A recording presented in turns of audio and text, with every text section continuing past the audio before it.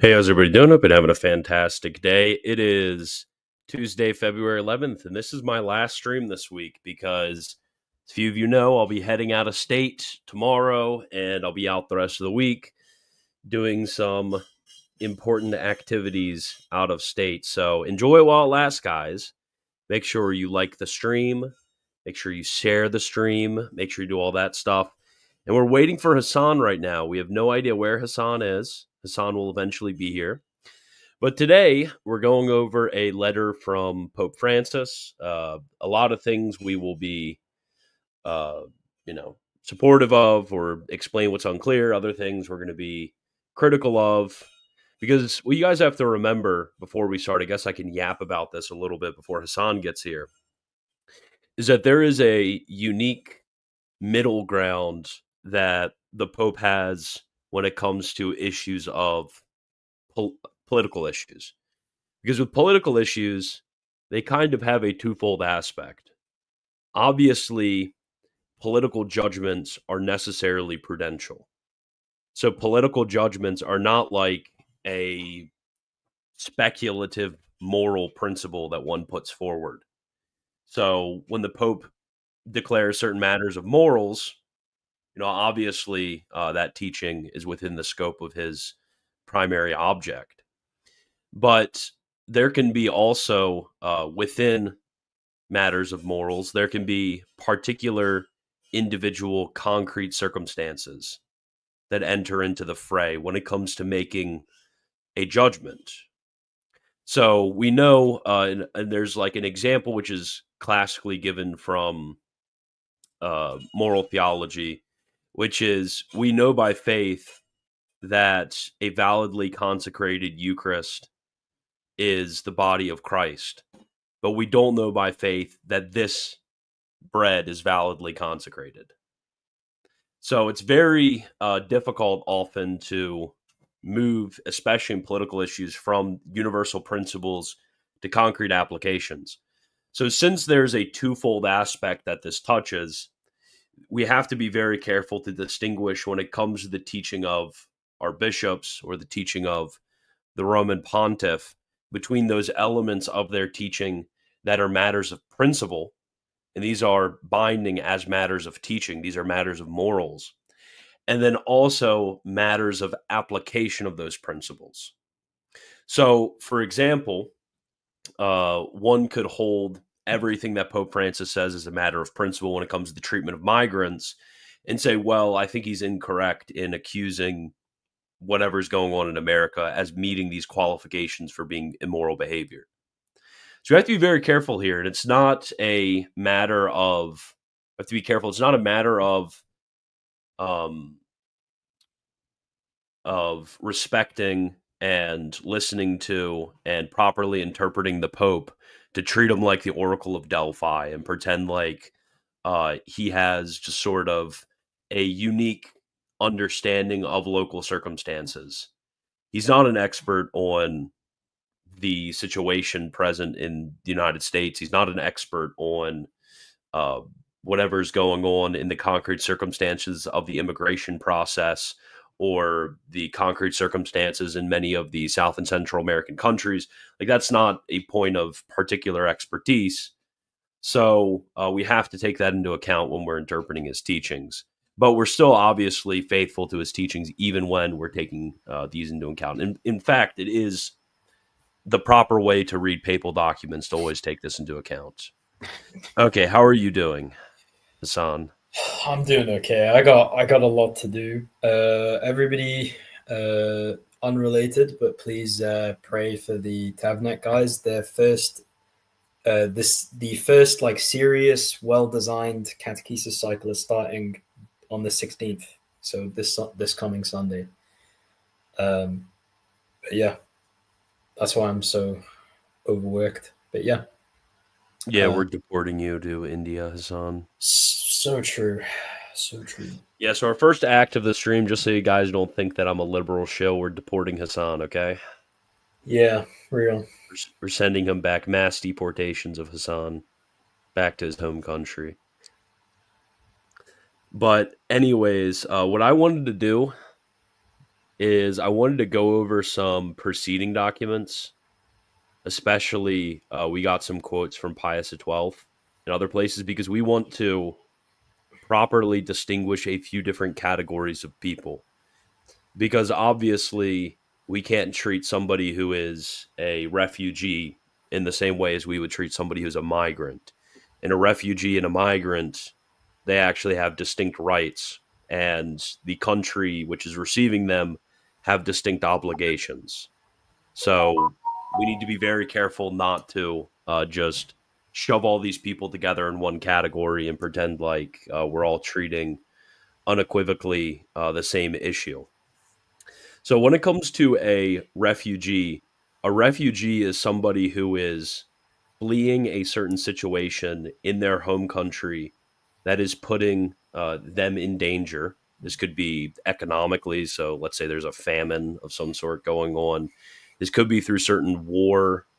This could be through a lot of different causes. But basically, the individual is endangered, and then this individual goes to a different country in order to flee those circumstances. So in that case, there's an obligation that every country has due to common human nature. We have obligations to each other. When you have an individual endangered in this way and this individual becomes stateless, the country has an obligation to seek out their claim.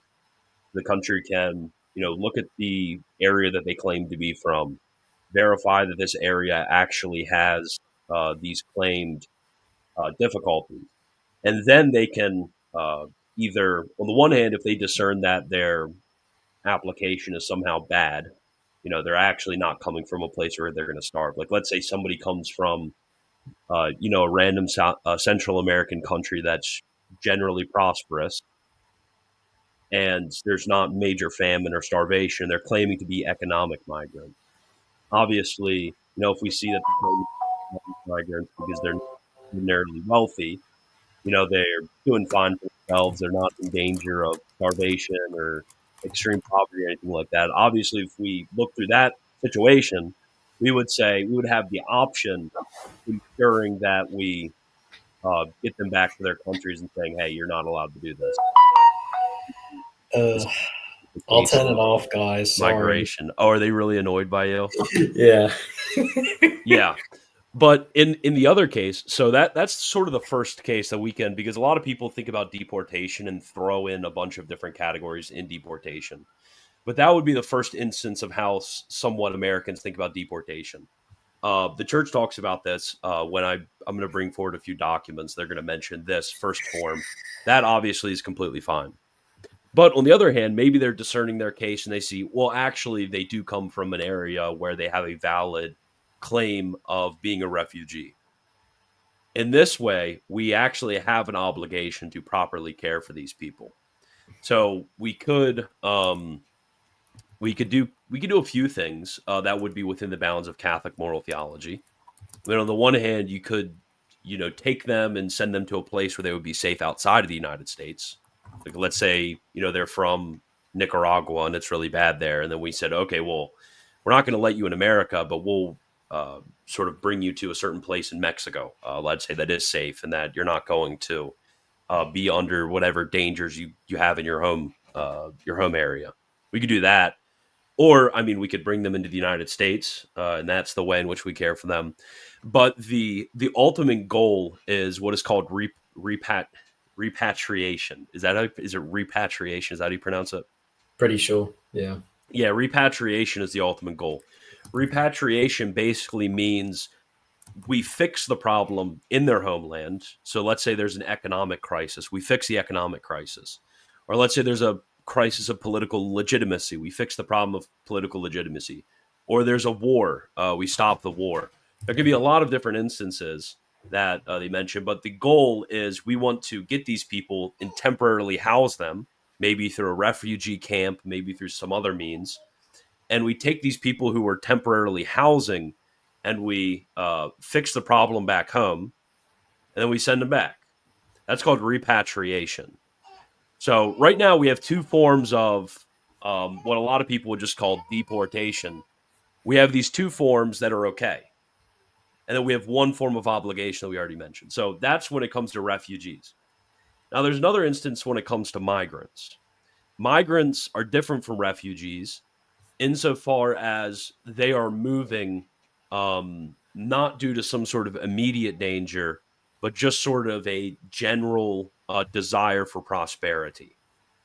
So Pius XII, he talks about this a lot, but basically there is a certain, maybe you have a country and the country, is overpopulated and there are individuals in this country who wish to form a new community within a different country.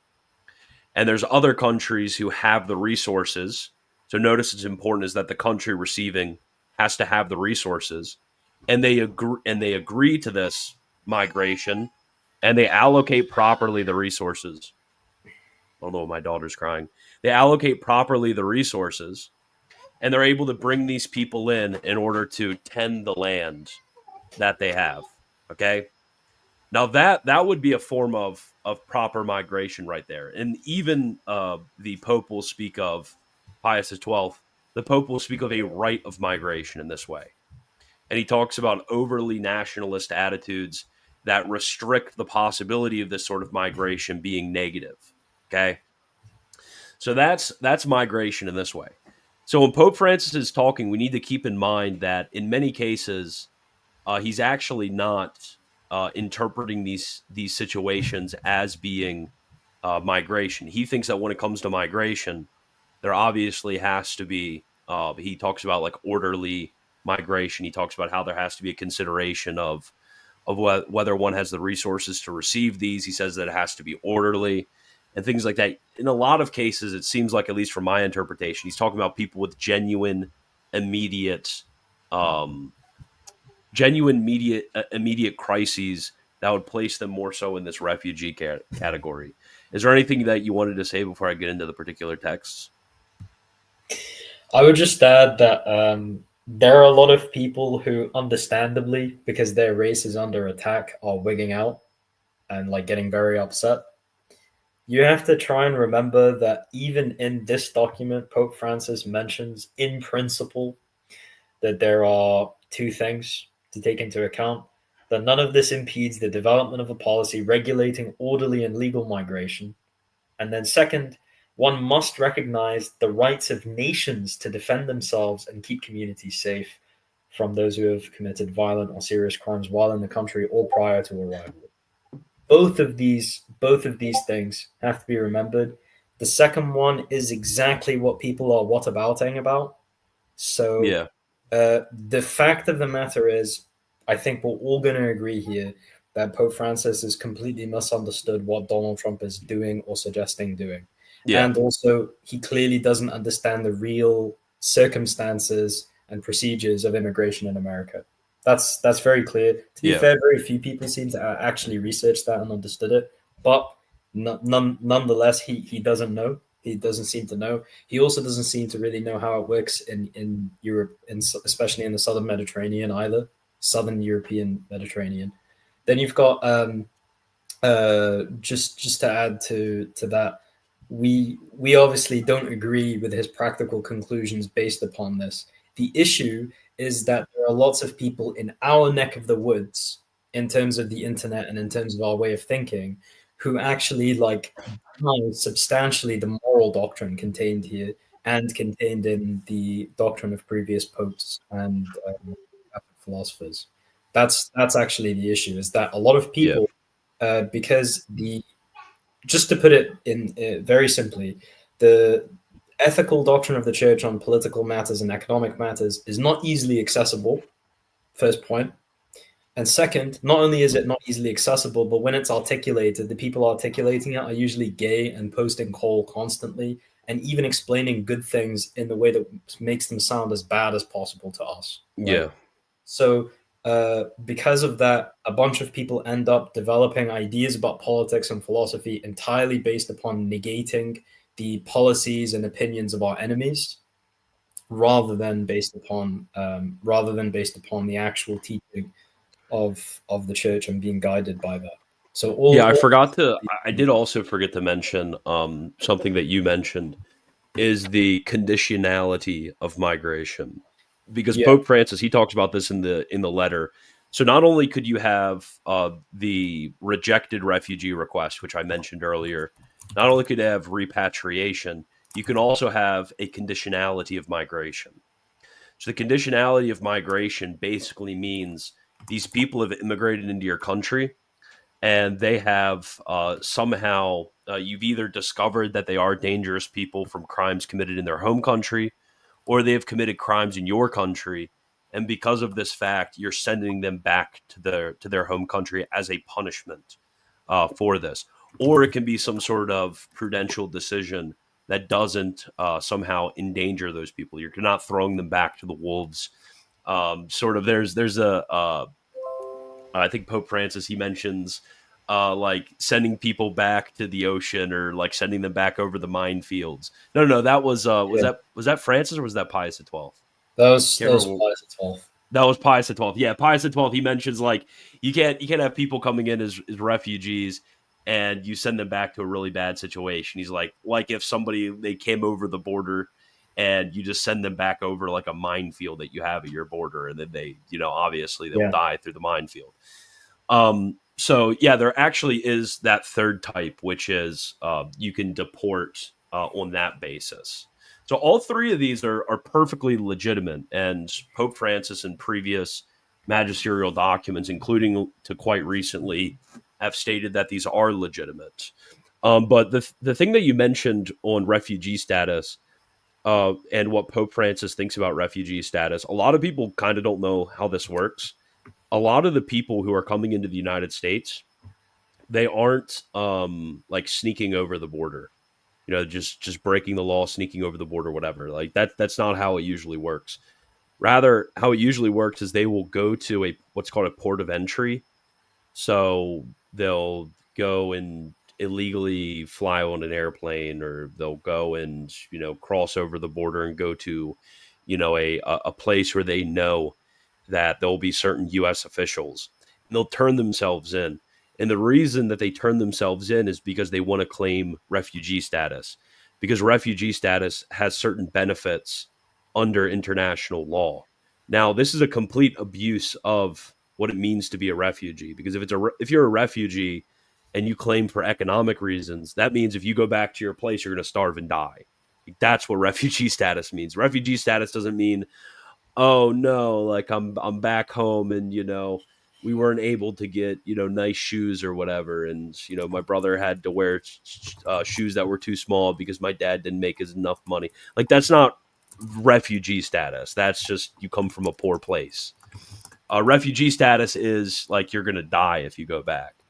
So there's now, because of this, there's a mass amount of claims which are being processed through U.S. officials. And Donald Trump, he tried to fix this by having what's called remain in Mexico policy. So if you had somebody who claimed refugee status, they remained outside of the country until their claim was processed and either accepted and then they would be brought in the country, or rejected and they would be sent back. So that's the whole controversy. And Pope Francis, he tends to think that all these people going and claiming refugee status, that they're actually legitimate in their claims. Whereas we know it's like for 99% of these people, they're they're not, in freaking like South Sudan or something, or like Somalia. Like these people are coming from relatively poor but still orderly and civil areas. They're not refugees whatsoever. But Pope Francis, for some reason, thinks that they are refugees, and therefore the moral teaching is completely different. It's completely yeah, different to reject somebody who's a an immigrant and to reject somebody who's a refugee. Because a refugee, you have strict claim in charity to give immediate material aid to that person. Whereas it's not the same obligations when it comes to immigrants, because we can restrict the amount of immigrants that we come in. But Pius XII, he mentions in the history of our help of refugees in the church, like they would literally open up churches in the Vatican when they had refugees and bring people in to be like sleeping on the floor of the churches because of how dire the situation is with refugees. With immigrants, it's completely different. It would be ridiculous to act that way with immigrants. But But yeah, that's something else which is important to remember. yeah, there's something that people are like missing. I don't know. I think this might be like a reading comprehension thing. I don't Yeah, want to be mean, but it kind of is. But there's the two sentences: rightly formed conscience can't fail to make a critical judgment and express its disagreement with any measure that tacitly or explicitly identifies the illegal status of some migrants with criminality. They kind of stop there. Then he says, at the same time, one must recognize the right of a nation to defend itself and keep communities safe from those who have committed violence or serious crimes while in the country or prior to arrival. So he's clearly not saying, actually, it's not a crime to be an illegal migrant. He's talking about uh, basically violent or other serious crimes, right? So you're yeah. saying that just because somebody is in fact an illegal immigrant doesn't mean they're going to go and like rape a white woman or rob a bank or something or start working for the cartels. It's not. That's more or less what he's saying. Yeah, yeah, and this is the evil of forcing the Palestinian and Boers to leave their homes. Yeah, that is that. Those are like that right there is actual refugee situations when you have the displacement of certain peoples outside of their home, because that's what it means to be a refugee. You have a home, and you are somehow displaced out of that home through either direct methods. So, like both the Palestinians and Boers kind of have direct methods of a sort of combativeness from another group, or through certain indirect methods. So this could be natural or certain types of natural disaster like famines that are causing starvation, or through like political oppression. There's a lot of different ways in which one can become a refugee. But yes, the Palestinians and Boers would be perfect examples of groups that would be apt to be labeled as refugees. So I wanted to go over a few of those texts before we actually get into the letter itself, because we're going to read through the whole letter. So there's two texts in particular from this document. It's called "Refugees: A Challenge to Solidarity." I know the title of this document is kind of lame. Challenge to Solidarity. But the two important parts are chapter 14. So, scrupulous respect for the principle of voluntary repatriation is a non negotiable basis for the treatment of refugees. No person must be sent back to a country where he or she fears discriminatory action or life threatening situations. Okay?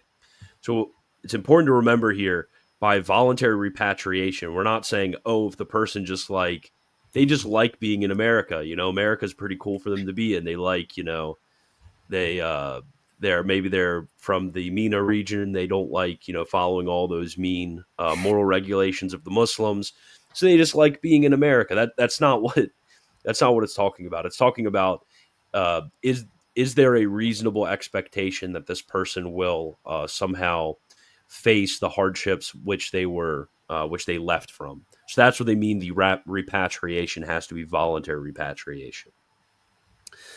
So, in cases where the competent government authorities decide not to accept asylum seekers, see, this can happen, arguing that they are not true refugees, because we see that their situations do not actually render them refugees. These authorities are duty bound to make sure that such people will be guaranteed a secure and free existence elsewhere. So you have people who come up to your border and they say, "Hey, I'm a refugee," and then the authorities do like they do in the U.S. and they look at the claim, they look over the claim and say, okay, well, you're not a refugee. You're from like Mexico City. Come on, bro. That's not like you're not a displaced people. You need to go back home. They're duty bound in this case to make sure that they're not They need to make double sure that they're not screwing up here and just sending somebody back to the jaws of death. Okay, that's what this is saying. Recent history shows that many people were sent back against their will to a fate that was sometimes tragic. Some were pushed back to sea, others were forcibly diverted towards terrains of minefields where they perished. Oh, this is the quote that I was thinking of. Yeah, this type of situation. You can't do that. You can't do that. And then there's another quote in paragraph 22. And notice these are all refugees that we're talking about, not migrants. A particular expression of solidarity towards refugees is the support given for voluntary repatriation, which is the aspiration of the majority of them. There is felt even more strongly the need to establish a system of international control that would ensure refugees the possibility of returning home in total freedom. So basically what it's saying here is a particular obligation that we have when it comes to these refugees is to fix the situation, right? That's the best thing we can do. The best thing we can do as a country is not to bring in infinite, people from, I don't know, Iraq. The best situation we can do as a country is to fix the situation in Iraq so they don't have to come here in the first place, or to fix the situation so we can send them back. That's repatriation. The repatriation and the solidarity we have between countries to fix these situations that happen in the international community, that's the best thing we can do in accordance with Catholic social teaching. The best thing isn't to bring them into a different country. Bringing them into a different country is actually like a last-ditch effort to make sure these people don't die. The best thing for a person is to be in their homeland, right? That's the best thing we can do in accordance with this document. If you remember, in the letter to Christians of the Middle East, so to Catholics in the Middle East, he explicitly says, "Thank you for remaining in your own countries." Remember that? Yeah. So yeah, there were so many people that were kind of pissed at that. I remember. Yeah. But yeah, Pope Francis has talked about this issue. Yeah, the Maronite Catholic nationalists in like a mansion in Australia. Yeah, real. Yeah. Yeah, remaining in your homeland is the best thing you can do. Right? Okay, then this is a document from Pius XII. And he's quoting a different document, a letter that he wrote to the American bishops. And this is what he says. And this is going to be something that Hassan wanted to bring up about the law of nations. You know indeed how, and this is about the right to immigration. You know indeed how preoccupied we have been and with what anxiety we have followed those who have been forced by revolutions in their own countries or by unemployment or hunger to leave their homes and live in foreign lands. The natural law itself, no less than devotion to humanity, urges that ways of migration be open to these people. For the creator of the universe made all good things primarily for the good of all, since land everywhere offers the possibility of supporting a large number of people. The sovereignty of the state, although it must be respected, cannot be exaggerated to the point that access to this land is, for inadequate or unjustified reasons, so there are reasons, but for inadequate or unjustified reasons, denied to needy and decent people from other nations. Notice, needy and decent people from other nations, provided, of course, notice is another qualification, provided, of course, that the public wealth, considered very carefully, does not forbid this. Informed of our intentions, you recently strove for legislation to allow many refugees to enter your land. Through your persistence, a provident law was enacted, a law that we hope will be followed by others of broader scope. In addition, you have, with the aid of chosen men, cared for the emigrants as they left their homes, and as they arrived in your land, thus admirably putting into practice the precept of priestly charity. The priest is to injure no one; he will desire rather to aid all. So, what did you have to say about the law of nations? Basically, just a reminder of the principle taught in Summi Pontificatus, that the unity of the human race is not only by our supernatural vocation in common, nor by the fact that we are all rational, but also there is a moral effect of the doctrine of monogenism, namely that since we are not various different morphological kinds disunited in corporeal generation, but actually from a first father, Adam. And since we are, in fact, the tribe of Adam and the various nations descended from that tribe, therefore, we have a special and more intimate obligation by nature to one another than we would without that. Now, Pope Francis doesn't bring this up, but this is magisterial nonetheless, and it's taught by many popes, but very clearly in Summi Pontificatus, where Pope Francis focuses on our common rational nature. Yeah. It's very important. This goes into like the whole Ordo amoris question, which we'll cover in a bit. But basically, the purpose here is to consider that human beings aren't just a bunch of discrete societies, but we are societies within a larger society, which is the descendants of Adam, the tribe of Adam, right?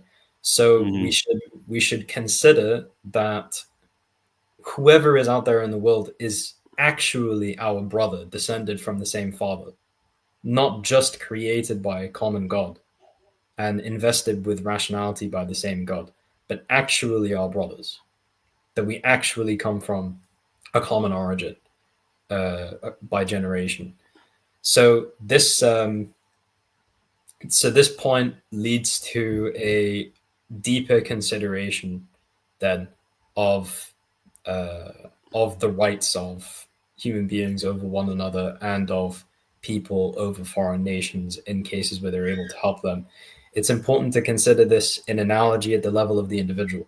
So, for example, when we think about how Christ says that we need to be willing to give to others alone, right? There's a natural right that a destitute person in your society be able to receive a loan from you if they ask from you and you're able to afford it. Mm-hmm. Or another person who asks for an amount of money that to you is negligible. You can't be a penny pincher and expect them to pay it back. There are situations where you're obligated to give it away as a donation because it would be greedy. It would be an act of avarice for you to intend them to give back what is nothing to you, right? So then there is a problem here, which I think is the important principle that some of you guys are trying to articulate and isn't being considered, which is that then there is a question of concrete circumstances. What can be afforded, right?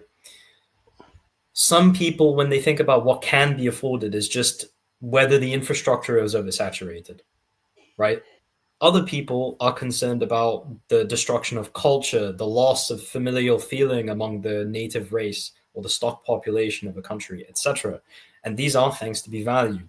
But some people who are in the right part of the spectrum, or the people who are racially conscious about their homeland, sometimes people end up having such a consideration of the necessities that must be maintained and then under what conditions we can say that a nation can't afford to take more people, that practically speaking, there is, under their view of moral principles, no situation where you could take in a group of people that needs help, because it would always cause the damage that is considered to be non-negligible.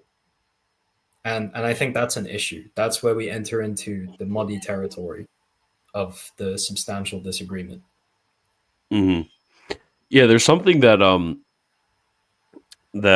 somebody said in the chat, and that reminded me to all humans have rights, but no one has right to access another culture. Well, it's not really about accessing another culture. Usually, we're talking about immigration. We're talking about like a right to land and resources, because and this is actually really this connects in actually oddly enough with certain realist claims about nationalities and the exclusivity of different people groups and the rights that people groups have. Because Pius XII, he references Rerum Novarum, and he says, our planet, with all its extensive oceans and lakes, with mountains and plains covered with eternal snows and ice, with great deserts and traceless lands, is not at the same time without habitable regions and living spaces, now abandoned to wild natural vegetation. and well suited to be cultivated by man to satisfy his needs in civil activities. So he begins by saying that primarily this is talking about a right to land, a right to living space. And he says there's plenty of living spaces around the world that could be cultivated by people that aren't. And more than once, it is inevitable that some families migrating from one spot to another should go elsewhere in search of new homeland. Then, according to the teaching of Rerum Novarum, the right of the family to a living space is recognized. Don't translate that into German. When this happens, migration attains its natural scope, as experience often shows. We mean the more favorable distribution of men on the Earth's surface suitable to colonies of agricultural workers, that surface which God created and prepared for the use of all. If the two parties, those who agree to leave their native land and those who agree to admit the newcomers, remain anxious to eliminate as far as possible all obstacles to the birth and growth of real confidence between the country of emigration and that of immigration, all those affected by such transference of peoples and places will profit by the transaction. The families will receive a plot of ground which will be native for them in the true sense of the word. The thickly inhabited countries will be relieved, and their people will acquire new friends in foreign countries. And the states which receive the emigrants will acquire industrious citizens. In this, receive the migrants will acquire industrious citizens. In this way, the nations which give and those which receive will be both contribute to the increased welfare of man and the progress of human culture. This is really important. When they're describing the process of emigration and immigration, it's obviously something where there's agreement between the two groups. It's something where you have untapped resources, and these untapped resources can be profitably used by this new group. And the country which is receiving it considers this fact that they have basically area which is not being used or resources which are not being used, and there's an agreement which is made. This is much different than the way in which most will think about immigration. Immigration is usually in reference to like people groups finding a new home. This is why, if you in like our great grandparents' generation of immigrants, you would have like portions of towns which would basically be home to different immigrant communities. And these immigrants would move into a certain part of the town, and they would have a sort of little community, and the church would be obliged to give spiritual support to these communities so that immigrants do not lose the faith of their homelands. This is very different than the way in which it's ordinarily spoken of. But yeah, the right is has a certain basis when it comes to an exuberance of resources in a certain homeland that can be profitably used by those who are moving into that area, and therefore it will become a true home. But I wanted to also finish off before we get into the actual letter itself, because I wanted to lay down all the principles before we got into the letter, so we can kind of quickly go through and give like an exegetical overview. This is from the Catechism. This is like a very good succinct description. The more prosperous nations are obliged, to the extent they are able, notice to the extent they are able, and by the way, to the extent they are able is not just in reference to, oh, do they have enough money to like to accept the people. Rather, this would extend to things like national character. Like, are we able to keep America America by accepting X number of people from X country? It's talking about national character, talking about the religious character, the ways in which the two people groups are able to mesh, whether there's able to be assimilation. This isn't just in reference to whether they have enough money or not. So the more prosperous nations are obliged, to the extent they are able, to welcome the foreigner in search of the security and the means of livelihood which he cannot find in his country of origin. Public authorities should see to it that the natural right is respected, that places a guest under the protection of those who receive him. Notice there's also a natural right, which they have. So you can't just have somebody immigrate into your country and give them a unconditional promise of like, let's say you grant that person citizenship. You can't just revoke somebody's citizenship. Well, there is a certain way in which somebody can be have their citizenship revoked for serious crimes. But you can't just somehow willy nilly say that Hassan, you have to go back to India because Bro. of your great grandparents moving to the UK. You can't just do that. That's not in accordance with Catholic social teaching. But you could, as Pope Francis There's points also out. an issue of rule of law where you turn citizenship into something like pre-legal, and so then you would basically take citizenship itself to be some like mysterious category, as was once discussed on this channel, where like you like baseball games or something if you're an American citizen. I don't know what all that was about, but basically. This idea that citizenship is like a feeling or a sense of identity or whatever. No, citizenship is a legal category which is entered into based upon the rule of law as set down in the laws of that country.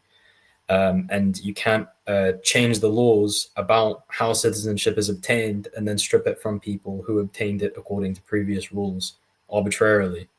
Yeah. However, you can, and I believe should, incentivize as much as possible people who are here descended from certain groups and who generally have an adverse effect on the population. They should be incentivized by many different means without injuring their lives or well-being to go back to where their grandparents and great grandparents came from. Yeah. So true. Okay, let's continue.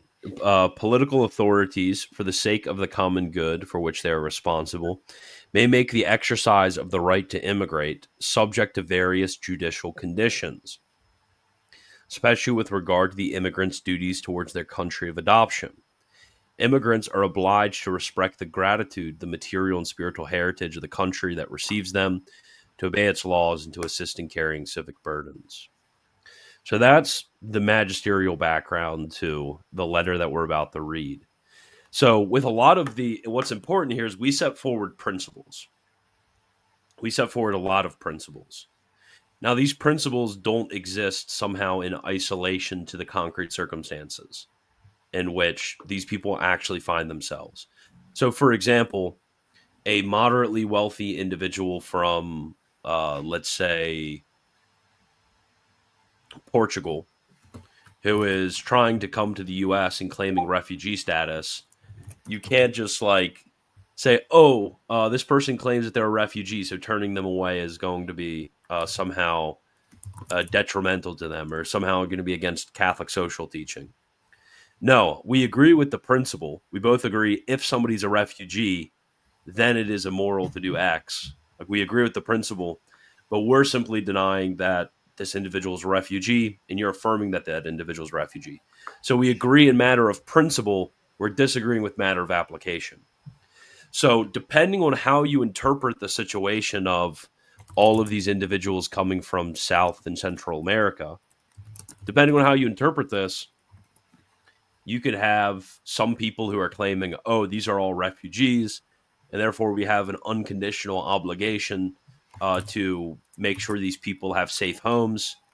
That would be like the least grounded, the worst possible interpretation of the situation.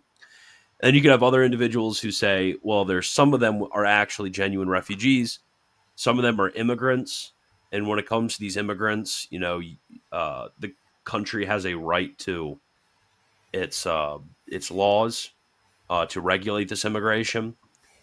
And then you could have another individual who says, okay, well, there's basically no refugees.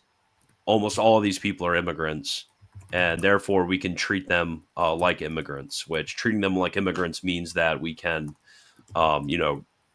reject them and not let them in our country if we prudentially consider the fact that this is the course to follow. We can send their acceptance in the country is completely conditional on their behavior, and if they are not contributing to society, if they are, committing crimes and just leeching off our system, we can send them back, and they're not coming here to cultivate and to bring forth resources which are present in this country in abundance. They're here to damage our country, and therefore we can do X.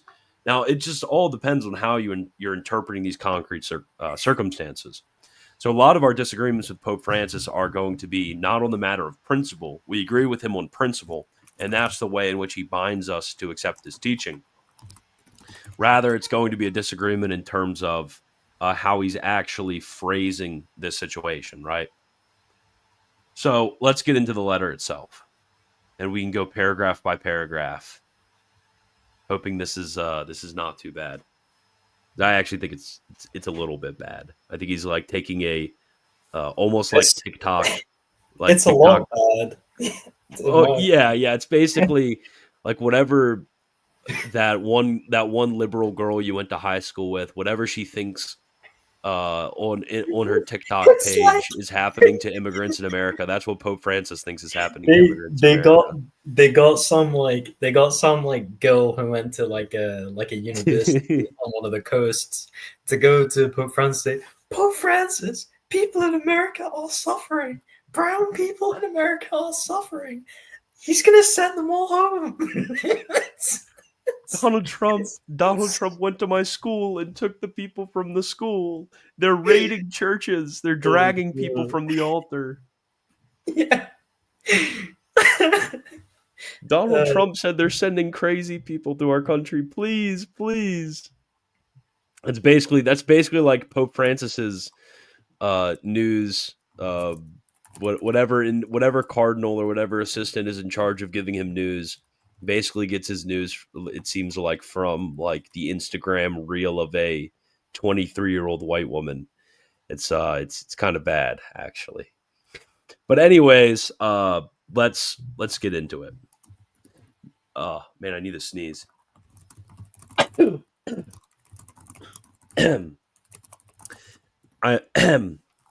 man, I'm dying. Dear brothers in the episcopate, I'm writing today to address a few words to you in these delicate moments that you are living as pastors of the people of God who walk together in the United States of America. The journey from slavery to freedom that the people of Israel traveled, as narrated in the book of Exodus, so true, based Pope Francis' sermon, affirming the historicity of the book of Exodus, invites us not to look at the reality of our time, so clearly marked by the phenomenon of migration, as a decisive moment in history to reaffirm not only our faith in a God who is always close, incarnate, migrant, and refugee, but also who is always close, incarnate to the migrant and refugee, but also the infinite transcendent dignity of every human person. Okay, that's a really weird sentence. That's a very weird sentence. But Hassan, what do you think about the infinite? Because somebody was asking about that earlier. The infinite and transcendent dignity of every human person. Well, remember that that's a reference to Dignitas Infinita, which is Yeah, I just know. the idea that, yeah, it's just the idea that the human being has an infinite and transcendent dignity, because dignity is defined in magisterial language as the moral value of a thing. The moral value of the human being is his vocation, and his vocation is to know and love God, which is an infinite object. And so, therefore, since the dignity of a thing is derived from its final cause, therefore, etc., it's kind of obvious when you think of it in that way. But you have to obviously make distinctions. There is a sense in which God's dignity is infinite, in a sense in which our dignity is not, etc., etc., because that's the dignity that God has in himself as the very infinite object to be enjoyed, and not as something which is made to enjoy this. Oh yeah. By the way, I wanted to highlight this as well. I thought refugees would seek asylum into the nearest countries of their own. How is it? These people are crossing over several different countries, and some cross the entire oceans to get here.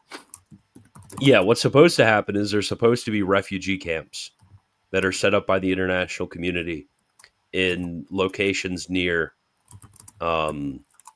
these countries, and then there's supposed to be a process of fixing the country that they left, whatever problems caused this these like mass amounts of refugees, and then there's supposed to be repatriation. Like if you read the refugees document, it talks about like setting up refugee camps and stuff like that.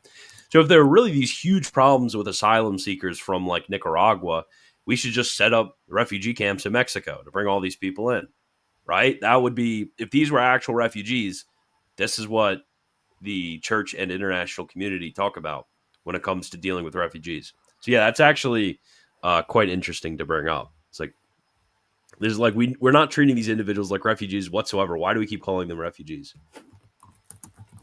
Okay, anyways, these words which I begin are not an artificial construct. Even a cursory examination of the church's social doctrine emphatically shows that Jesus Christ is the true Emmanuel. He does not live apart from the difficult experience of being expelled from his own land because of an imminent risk to his life. Notice that's like being refugee by definition. And from the experience of having to take refuge in a society and culture foreign to his own.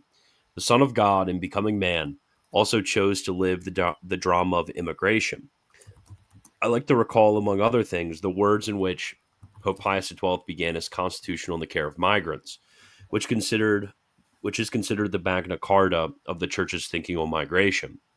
Quote, the family of Nazareth in exile, Jesus, Mary, and Joseph, emigrants in Egypt and refugees there to escape the wrath of an ungodly king, are the model, the example, and consolation of emigrants and pilgrims of every age and country, and of all refugees of every condition, who, beset by persecution or necessity, are forced to leave their homeland, beloved family, and dear friends for a foreign land. End quote. So anything from this second paragraph, everything look good? Yeah, I don't think Yep. I don't see any issue there. It's just that some people will see it as like left-wing coded, even though they are theological truths.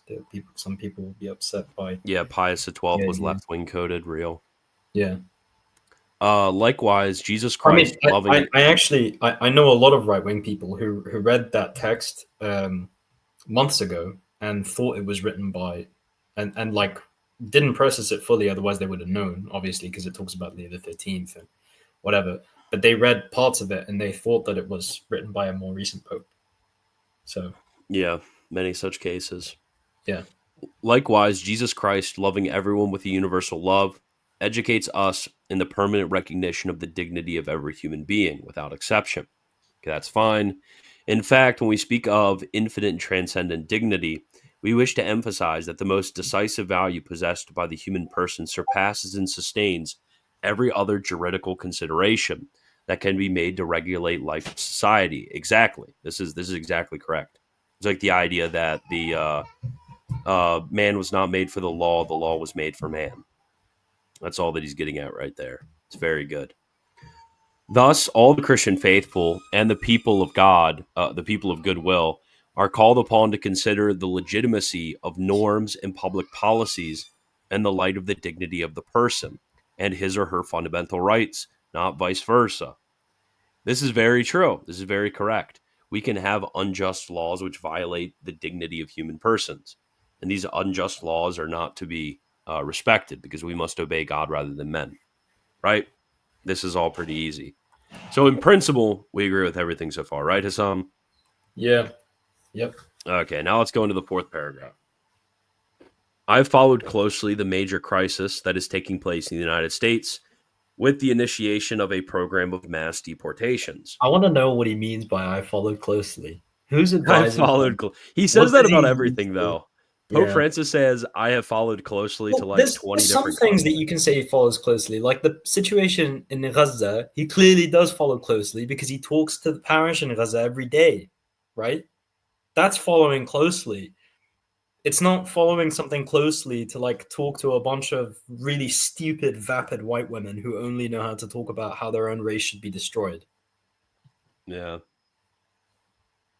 that's following the situation. He does. I literally have heard him say this, and like I have followed the situation closely, and like a huge, absolutely massive amount of different situations. Maybe he just listens to a lot of political streamers, so he's gotten every single conflict. Yeah, who knows? Who knows Maybe. where he's getting his stuff from? All we know is that advice on concrete matters in the Vatican is only getting worse. Yeah. Yeah. Yeah. Okay, so and then notice this sentence right here that we're about to say is meant to be interpreted in light of what we mentioned in the last paragraph of basically the possibility of unjust laws which violate human dignity. The rightly formed conscience cannot fail to make a critical judgment and express its disagreement with any measure that tacitly or explicitly identifies the illegal status of some migrants with criminality. Okay? So, Hassan, you had something to say about this? Yeah, I mentioned earlier what this means is that he's saying just because somebody's an illegal migrant doesn't mean that they're gonna go on to like go and commit other crimes. Not necessarily. Although in my experience, talking to the kind of people that do this stuff, because I know people who are like the children of illegal immigrants who are illegal immigrants themselves because they were taken over the border when they were like 3. Yeah. Right? I know people from these kind of backgrounds in the U.S., whether they're from Mexico or like El Salvador or whatever. Wait, can you give me their information so I can send this to ICE? You know a couple of them already, but anyway, a bunch of them sending ICE agents to their location right now. A bunch of them live in sanctuary cities, but basically, like, It's so over. The issue is that these guys, some of them, especially the more like right wing ones, really like have a huge difficulty of resentment of their parents because their parents just don't respect Americans' right to their own country. They don't respect countries' rights to their borders. They don't respect pretty much law in itself at all. They only respect their two. Some people, some of these people are their level of consciousness is so low, their level of awareness, ethical awareness is so low that they only know how to like consider the rights of individuals and small families. They can't consider like the rights of communities or neighborhoods or whatever. Why do you think the streets are full of trash? It's clear they have a culture of hopelessness, so they don't understand the rights hopelessness. Of okay, bro. I think it's because they have a culture of not taking care of their crap. That's why I think that's what I mean. The reason that they don't take care of their stuff is because they don't think they're going to go anywhere because they don't have any confidence. Is that why when you go to the job site, there's trash all over the job site too? Well, remember, Father Luis de la Palma says that sloth comes from melancholy. So okay, real. So they're really hard workers, but they just don't know how to throw their trash away because they have sloth. They're not hard workers. They're not hard workers. They are hard workers, dude. I've worked with these people before. They just throw all their crap everywhere. Yes. Maybe some of them. Wait, yes. That's the throwing crap everywhere is because they don't actually like think that anybody cares about living in a clean neighborhood. Have you noticed that? Yeah. When I went to Central America, they did that. I literally worked with Central Americans in America, and they did this. And then I went to Central America, and I saw Central Americans doing this in their own country. I'm like, white people would never just throw crap everywhere and think it's okay. Like some of them do, but like this isn't a general problem. When we were in North Africa, me and Christian, we kept seeing we would see like a trash fire. We would just look at each other and say nothing. We would keep going. We'd see it's like the North Africa too. We'd see people warming their hands over a dumpster. We just look at each other. We keep going. The other guy we were with, Mathoma, I was with him once, and we looked out the window and we were like, that building just spontaneously lit on fire. And we just looked at each other. We were like, it's on fire. and then like after all this, Christian just goes, this country reminds me of Central America. They're exactly it does. Like literally, I saw the same stuff happening. It's so bad. Yeah, hard workers just mean easily exploited. This is wrong too. These people were making good money. These people were making more money than most of the white people that I know. Yeah. And I was doing the job too. Are you saying that I was easily exploited? Is that what you're saying? No, they were getting paid well. So true. Basically, it just means that with a lot of these jobs, the white people don't want to do it, or the white people won't work as hard. Yeah. Like these people, if you ask them whether they were exploited or not, they would just stare at you blankly. By the way, when I say I don't like all the left-coded language about these are just like exploited people. It's like when I say hopelessness, because other people there's cases, sure, but generally when I say hopelessness, I don't mean that they're like hopeless about like making a nest egg and making a good life for their family. They're hopeless about like actually building communities and neighborhoods They don't think it really matters to like try to be part of something bigger. That's why they don't understand borders. That's why they don't understand like community hygiene, whatever. They don't care about any of this stuff because they don't care about anything bigger than the people that they have like an animalistic direct connection to. I said usually can't read today, Wagner. Let So me see. true. What did you say? Oh crap. I just can't read. I can't read today, so I'm just gonna ban you. Yeah. I'm very easily exploited. And you are heretics. You are heretics. Because I'm mad about Mexico. Well, they were none of them were Mexicans. But I'm mad about Central Americans throwing trash at the job site. It's not that hard. You guys like all bring lunch boxes. Just put like your trash back in your lunchbox and bring it home and empty it in the trash can when you're home.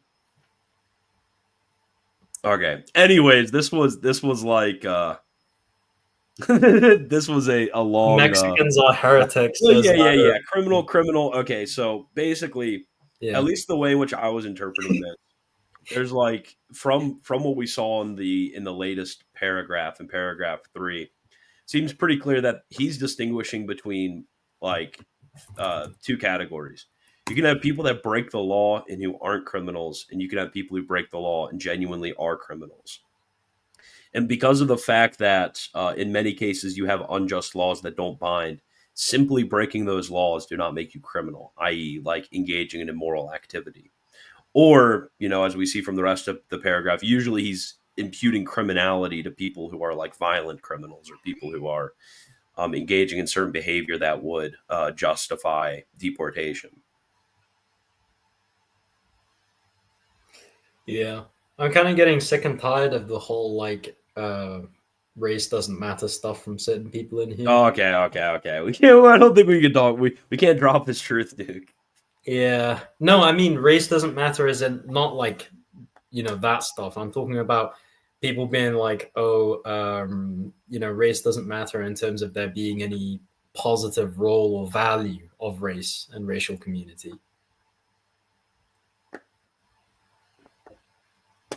Yeah, The, real.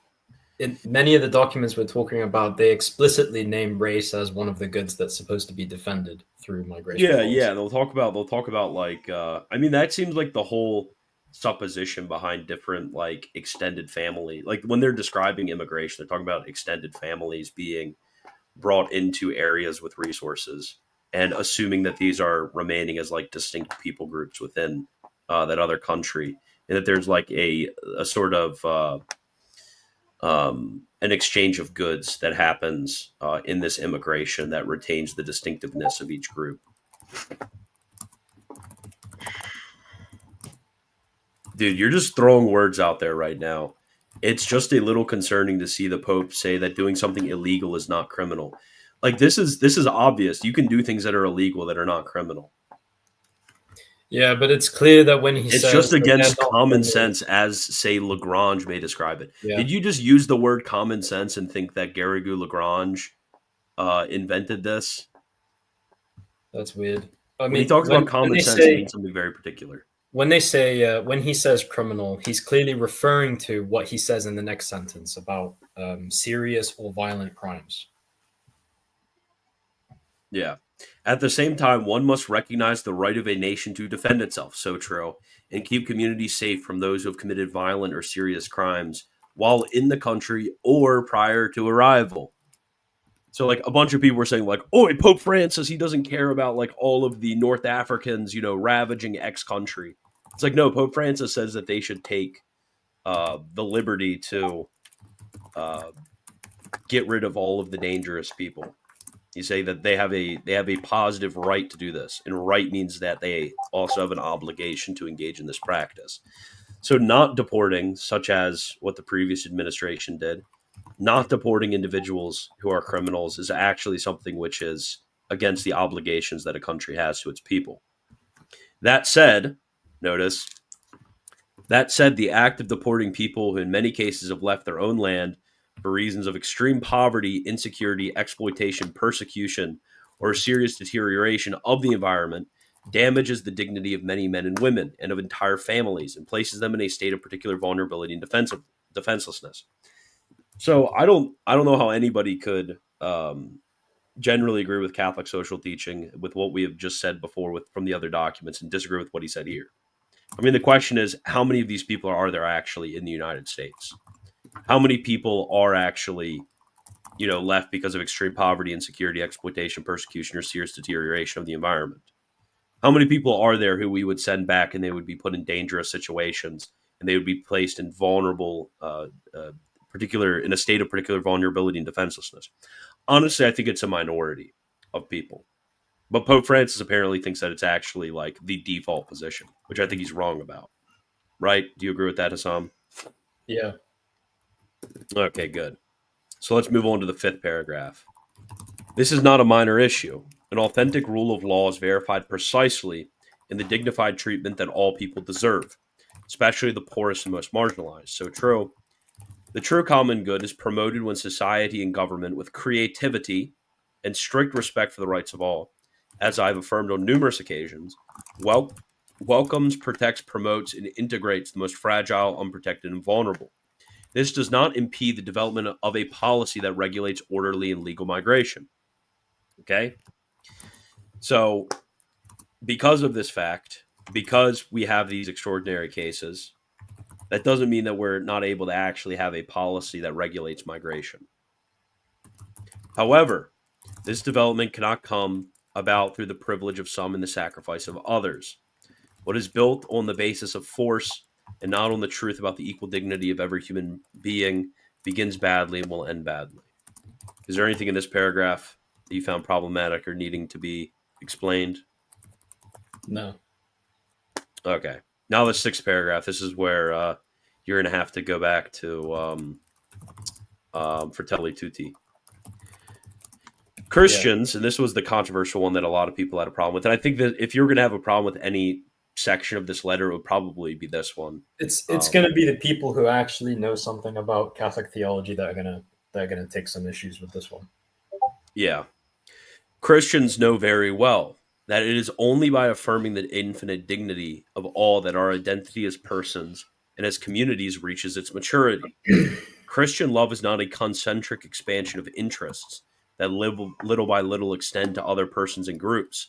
In other words, the human person is not a mere individual, relatively expansive, with some philanthropic feelings.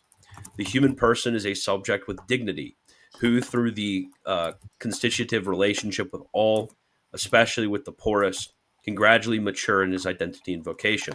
The true Ordo amoris that must be promoted is that which we discover by meditating constantly on the parable of the Good Samaritan. That is, by meditating on the love that builds a fraternity open to all without exception. Okay, then the third, he gave us this very helpful footnote. Francis, encyclical letter, Fratelli Tutti, 3rd of October, 2020. Yeah, that's it. Fratelli Tutti no paragraph. But yeah. Just it's paragraphs 80 to 83, which are located in chapter 2, which is all about exegeting the Good Samaritan. Yeah, just to give you, I'm going to share my screen just to give you how unhelpful this footnote is. This right here is Fratelli Tutti. Look how long it is. Literally like hundreds of pages long. Look, it's a massive encyclical, and he's just like CF Fratelli Tutti, like what? Almost 300 footnotes. Okay, but he's going from 80 to 83. Okay, yeah, neighbors without borders.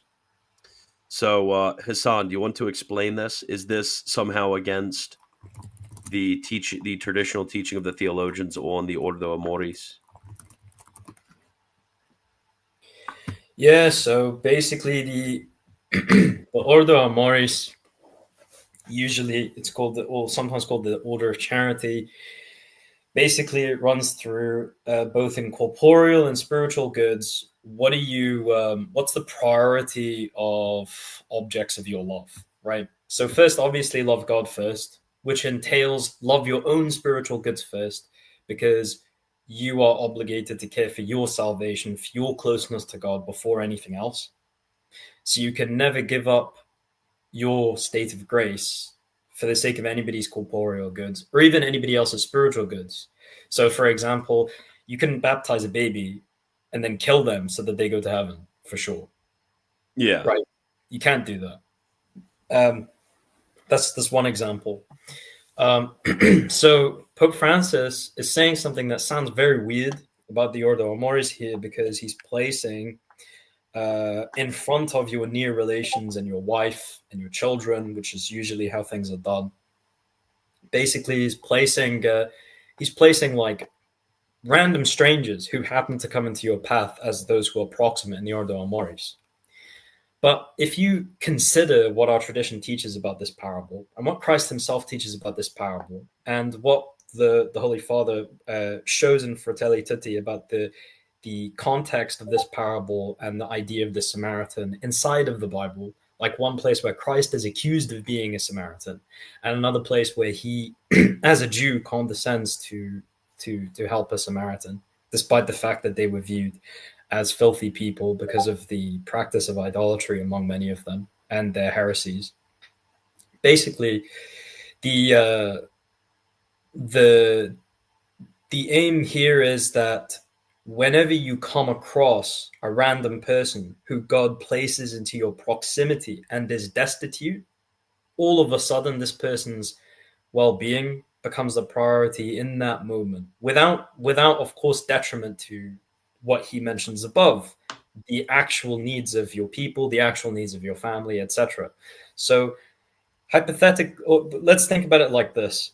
It is very bad that there are many illegal immigrants and many and mass migrations negatively affecting the ethnic health of certain groups of people. Let's put it like that to simplify it. It's very bad that they're there.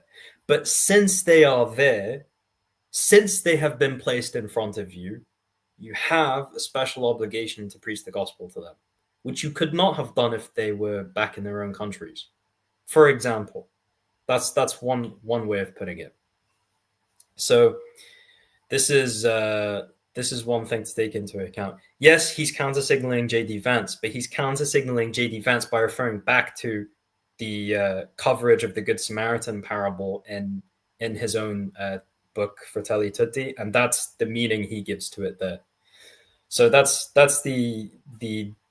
basically what he's saying. Now, in principle, he's correct, but the actual problem is that if you're trying, you can't really be a good Samaritan and help the Judean guy who's lying by the side of the road if you're going to use up like the only two bandages you have and your father is bleeding out a mile ahead, right?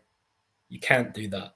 So this doesn't make sense when you take into account the concrete circumstances that a people might be in, and which I and you guys will probably agree the American people are in right now.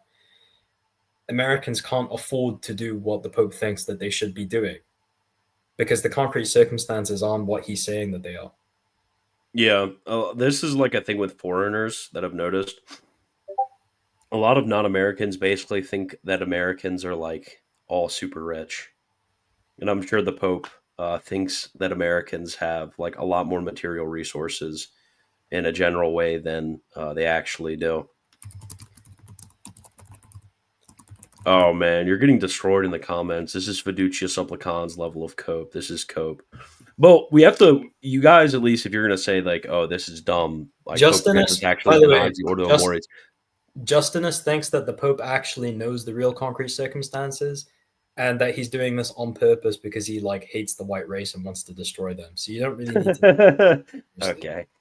Yeah. I mean, Pope Francis does reference the Ordo Amoris pretty frequently throughout his writings, especially throughout his writings on the elderly. This is a tortured reading of the document. Of what document? Well, I mean, he's quoting himself. He's referring back to his own text. You can go into the place in the text that he cited that deals with this question, and you can see what it actually says. You can read the text on the plain text and ignore the references he makes to his own words if you like, but I think that's more tortured. Bro says Mm. race. What's race got to do with it? Sorry, GK. This is a racially positive chat. We love race here. We like races here. We like the peoples of the world here. We are not. We don't want the world to coalesce into a beige mess of gay retardation. Sorry about Yeah, that. read Caritas and Veritate. I'm actually going to read that section after we finish this letter. I pulled it up because I wanted to reference it. And yeah, the actual concrete circumstances like the housing crisis, etc., they are a big problem. Yeah. Okay, so now in paragraph 7.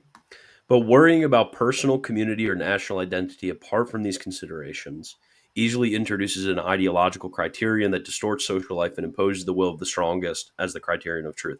By the way, a lot of people are going to read this as like, oh, Pope Francis is being libtarded here. This is exactly what we read earlier from Pius XII, talking about the idea idolatry of national identity, which completely cuts off any possibility for immigration. So that's what I read that as. So I didn't have a problem with it, although I could easily see how this could be used in a problematic way. Paragraph 8, I recognize your valuable efforts, dear brother bishops of the United States, as you work closely with migrants and refugees, proclaiming Jesus Christ and promoting fundamental human rights. God will richly reward all you do for the protection and defense of those who are considered less valuable, less important, or less human. By the way, this part right here, this is something that I brought up to Hassan, that Hassan himself independently also noticed. When you read older documents, and this is even present documents in the post-conciliar church, like when you read Pius XII, his main concern is the spiritual welfare of immigrants, because immigration could also often demoor people from their traditional religion.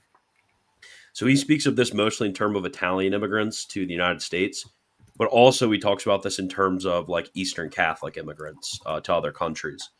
Is that the church has an obligation to proclaim Jesus Christ to these people.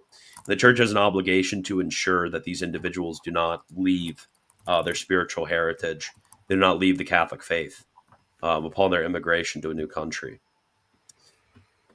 Okay, is there anything you wanted to say to that, Hassan, before we continue? Well, I think that there needs to be. I can say this more than you can, but I think there needs to be an explicit rebuke of the USCCB's practices because the USCCB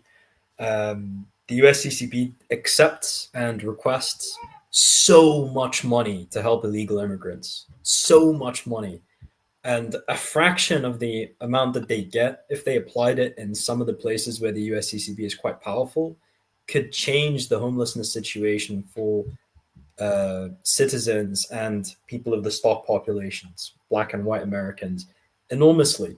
The amount of stuff that ought to go towards like practically helping African American converts, for example, who are in very difficult conditions and are prone to, because of poverty and other factors, prone to falling into things contrary to their baptismal vows. Those things are very serious. Why isn't there a direct effort, some kind of spiritual war to convert African Americans or to convert Mormons, etc., using these kinds of resources? Instead, the resources are going to people who shouldn't even be in the country, as we all agree. And more than that, these resources are only going to the material welfare. Why is it that millions and millions of US dollars are going to help Hispanics, and then those same Hispanic immigrants, and including especially illegal immigrants that they help, apostatize even after receiving all that help? What is going on that so much resources are being spent by the church on people who apostatize immediately afterwards? Clearly, something is very wrong if they're receiving that help and they're not inspired in any way to stay Catholic or to deepen their understanding of the faith. Why is this? It's obvious why. It's because the USCCB is compromised. Yeah, this is uh, this is true. Okay. And then paragraph 9, I exhort all the faithful, the Catholic Church, and all men and women of goodwill not to give in to narratives that discriminate against and cause unnecessary suffering to our migrant and refugee brothers and sisters with charity and clarity. Isn't charity and clarity a quote from Michael Lofton? Isn't that like a Loftonism? I don't know, but it would be With really. charity and That's clarity. that's a Do you guys really remember funny meme. this? Am I That's a making really this funny up? meme if that's the case. I don't remember him ever saying that. Usually he says charity and nuance, right? No, no, charity and clarity. I feel like that Uh, was a saying, like from one of Matthew the asks a great question you wanted to get onto later. Probably not right now, but he asks, "Is the USCCB a magisterial body?" Oh That's yeah, yeah, yeah. I wanted to talk about the yeah, limits of the authority of the USCCB because a lot of people are like they yeah, think basically the way that they think of it. Hassan and I were talking about this. The way that a lot of people think of it. And I mean, it's understandable because they just haven't been taught. But they think of this like, oh, if one bishop is authoritative, then like if you put 50 bishops together, then they're 50 times as authoritative. So you have like 50 times the power of all of the bishops. That's just not how it works at all. There needs to be some sort of moral cooperation of your bishop who has magisterial authority over your soul, or there can be some sort of cooperation on the part of the universal teaching authority, whether the Roman pontiff or one of the congregations with such authority. So, like, kind of technically, it's like in a weird, awkward middle place. But yeah, with charity and clarity, we are all called to live in solidarity and fraternity to build bridges that bring us even closer together, to avoid walls of ignominy, and to learn to give our lives as Jesus Christ gave his for the salvation of all. Let us ask Our Lady of Guadalupe to protect individuals and families who live in fear or pain due to migration and or deportation. May the Virgin Morena, who knew how to reconcile peoples when they were at enmity, grant us all to meet again as brothers and sisters within her embrace and take a step forward in the construction of society that's more fraternal, inclusive, and respectful of the dignity of all. Okay. So that's that. I wanted to go into that section from Caritas in Veritate from Benedict XVI. And then lastly, I wanted to get into questions or comments that you guys have. I'm sure theirs are going to be.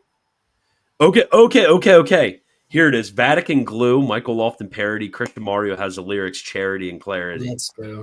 That's where you That's got what it was from. So Pope Francis is quoting Christian Mario. so true. You got to tell him that, bro.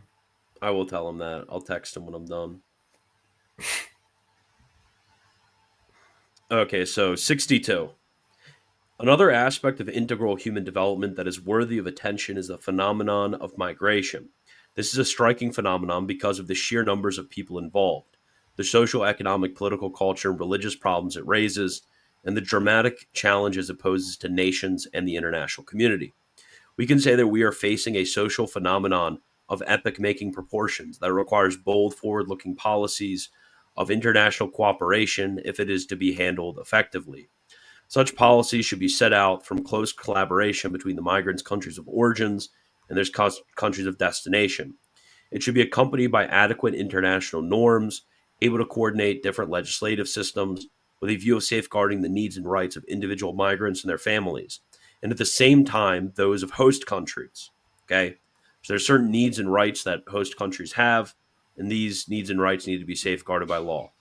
No country can be expected to address today's problems of migration by itself.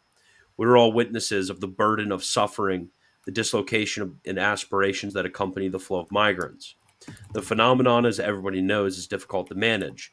There is no doubt that foreign workers, despite any difficulties concerning integration, make a significant contribution to the economic development of the host country through their labor, besides that which they make to their country of origin through the money they send home. Obviously, these laborers cannot be considered as a commodity or mere workforce. They must not, therefore, be treated like any other factor of production. Every migrant is a human person who, as such, possesses fundamental inalienable rights and must be respected by everyone in every circumstance. Okay, this is true. Somebody asked me to read that. Okay, let's get into the questions. First, thank you for the super chat. Thank you for becoming a member. Yeah, how do we reconcile deportation with CCC 2241 for people who came here illegally for economic safety reasons? I think we already talked about that when we went over uh, the catechism paragraph, right? Hmm. Okay, new member. Thank you for becoming a member. Mass deportations. This is real.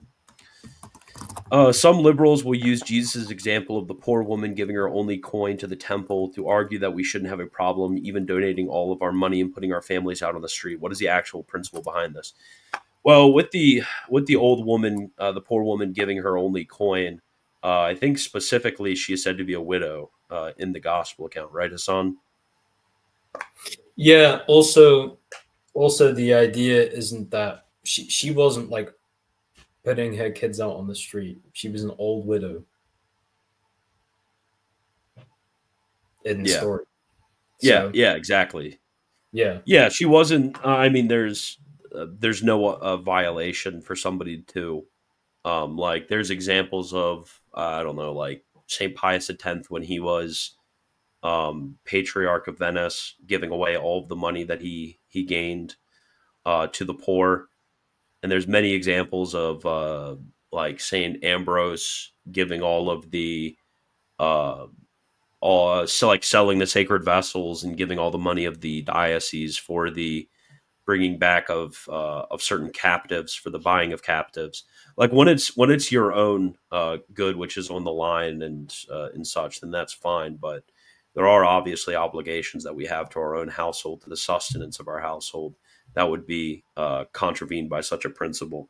But yeah, it's important that she's a widow. She's not like an older widow. She's not, like spending all of her family's money on this for the poor and then bringing her into destitution. Is saying that man has infinite dignity, theologically accurate. We already talked about that. Thoughts on Pope Francis countersignaling Vanto and Ordo amoris? Who is right? And do we have to take Pope Francis' side on the subject since it's about a moral principle? I mean, if you let's say we conceded in argumentum that Pope Francis was contradicting the idea of the Ordo amoris, this wouldn't mean that we would be obliged to take Pope Francis' side, because the idea of the Ordo Amoris is both implicitly and even explicitly in many magisterial documents invoked when it comes as a moral principle. Benedict XVI invokes it all the time, but other authors, post-conciliar authors, do this as well. So no, even if one wanted to take the interpretation that he's like somehow contradicting the principle, one wouldn't be obliged to take Pope Francis' side to this, because he's certainly outweighed by higher weight and continuous presence of the principle in magisterial documents. Thank you, Professor Michael Lofin, the theologian. Yeah, thank you. Okay. Becomes a saint. Thank you for the super chat. Good sneeze. Thank you. Thank you for speaking on this, Christian. God bless. Thank you. Okay, I'm going to go to the normal ones now. Um.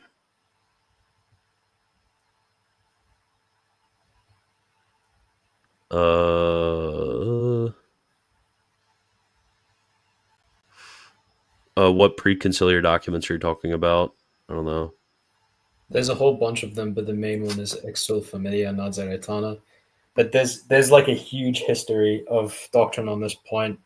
If I had more time to prepare for this, I mentioned on a previous stream that I wanted to do like a big presentation of perennial Catholic doctrine on migration ethics, um, like abstracted from all concrete conditions. But this particular stream like called for at least some coverage of them. But it's mired in contemporary conditions. People get very mad. Lots of you guys are getting very mad on both sides of the question. I'm kind of like not interested in dealing with people that just get mad. Sorry. Uh, I'm interested in dealing with the ethical question, because getting mad isn't going to help anybody. Pope Francis wants open borders, just not in the Vatican. Yeah, real. So I saw a bunch of people saying like that, just like the most retarded things on Twitter. There's this one guy like, yeah, let's call Pope Francis bluff. Let's send 10,000 like criminal gang members from like MS-13 to Pope Francis's doorstep, and we'll see what he thinks about it. It's like, oh, Pope Francis literally said we can send these people back home because they're criminals. I don't know what the point even of saying stuff like that, because he says we should take any concession we can get in these matters, like any practical concessions we can get, and then where there's like practical rebukes, we should clarify the fact that there's a misunderstanding of like a matter of circumstance, and that we're actually in keeping with the principles taught from the Pope. I don't know why people are just like, yeah, we should just concede that he thinks that we should send no people back, and we should say that we're opposing the Catholic Church on this point. It doesn't make any sense.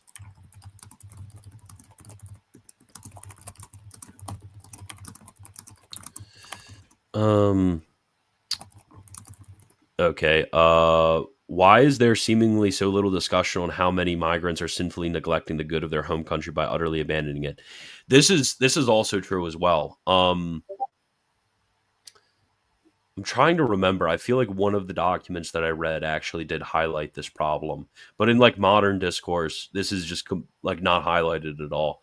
Obviously, it's a completely different circumstance for somebody on the one hand to be in such a economically destitute situation that they're putting their family at risk by staying in the place that they're in, like risk of starvation. This would be a situation like Joseph's brothers going to Egypt to buy grain, sort of situation.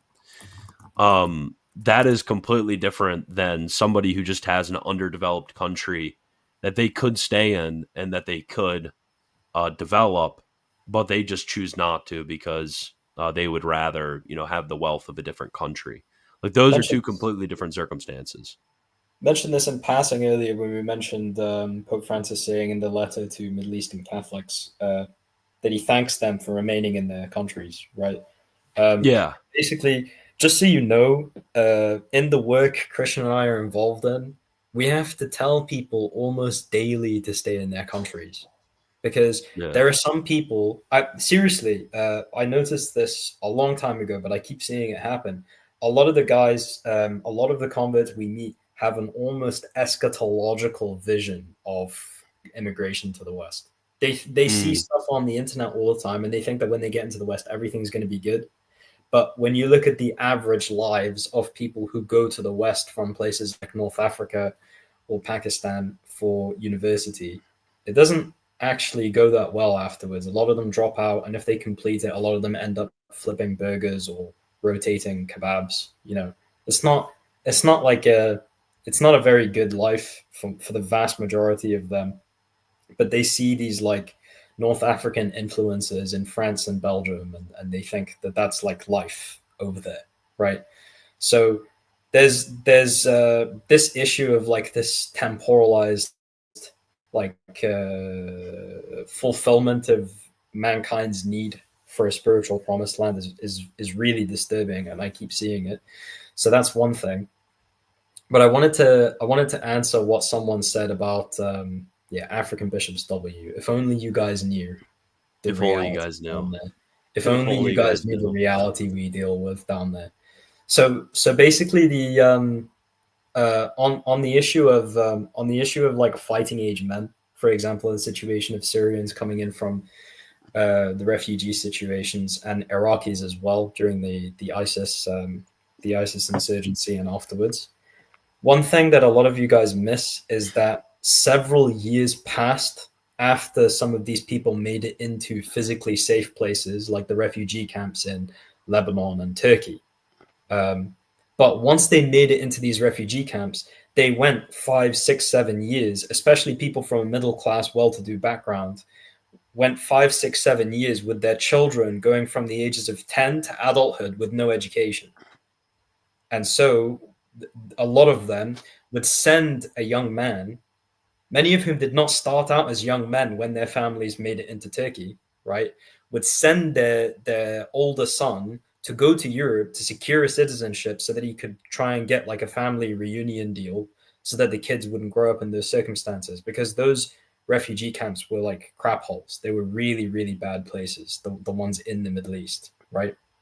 So of course, it's obviously detrimental that all of these people then streamed into Europe, of course, but you need to like try and actually follow what was going on with the actual people and what their lives were like, so you can understand why people did some of the things that they did.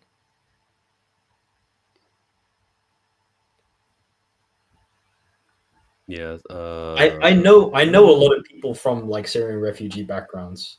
Yeah, I Um, mean, there's also the added aspect when it comes to converts to Catholicism is they obviously have a certain obligation based in their ethnicity towards their own people group. So if yeah, somebody's able to stay within their country and to evangelize their country, which a lot of you guys are like, oh, these people are going to get their heads chopped off. Well, in a lot of circumstances, it's just not like that. And there's ways of going about prudently to where they're not going to just be at constant risk of getting their heads chopped off. That's just kind of like a Western meme of how we think about all Muslim countries. A lot of these people, there's an added obligation, not only of economic development, but also of the religious development of their countries. But yeah, this is very important. Carsonian the Great. Many American parishes used to be German, Polish, Irish, etc., and were ethnically rooted. But after World War II, they were all anglicized. Was this good or bad? It was very bad. it was evil. A lot of people don't recognize Small this, evil. but the fact of having ethnic parishes for the religious development of a people group within a country, the fact of ethnic parishes was set up by the Vatican. Like this was something that the Vatican like explicitly sent priests. They asked of basically if you had a wave of immigration, like let's say you have people from Poland and you have 10,000 people from Poland go to New York, the Vatican would write to they had a head of a certain like some sort of congregation in the Vatican. They would write to the bishops in Poland and say, "Hey, you have 10,000 faithful who are heading over to New York. Send X number of priests for these people, and we will give material aid. We'll raise money among Polish people in order to have Polish Catholic churches in America so these people can still have some sort of ethnic identity that's retained in their new country so they don't lose the faith." Like this was set up by the Vatican, and it was a really good way of retaining faithfulness in the new countries. But There's this was also basically just completely dissolved. It's horrible. I mean, the people of yeah. this ethnic group, these ethnic groups, like sacrificed what little money that they had in order to build these communities, and priests traveled halfway across the world in order to serve these spiritual communities. And the church, just like the America, whichever groups either tacitly or explicitly dissolved these congregations, they just like crapped all over all of that. It was terrible. Mm.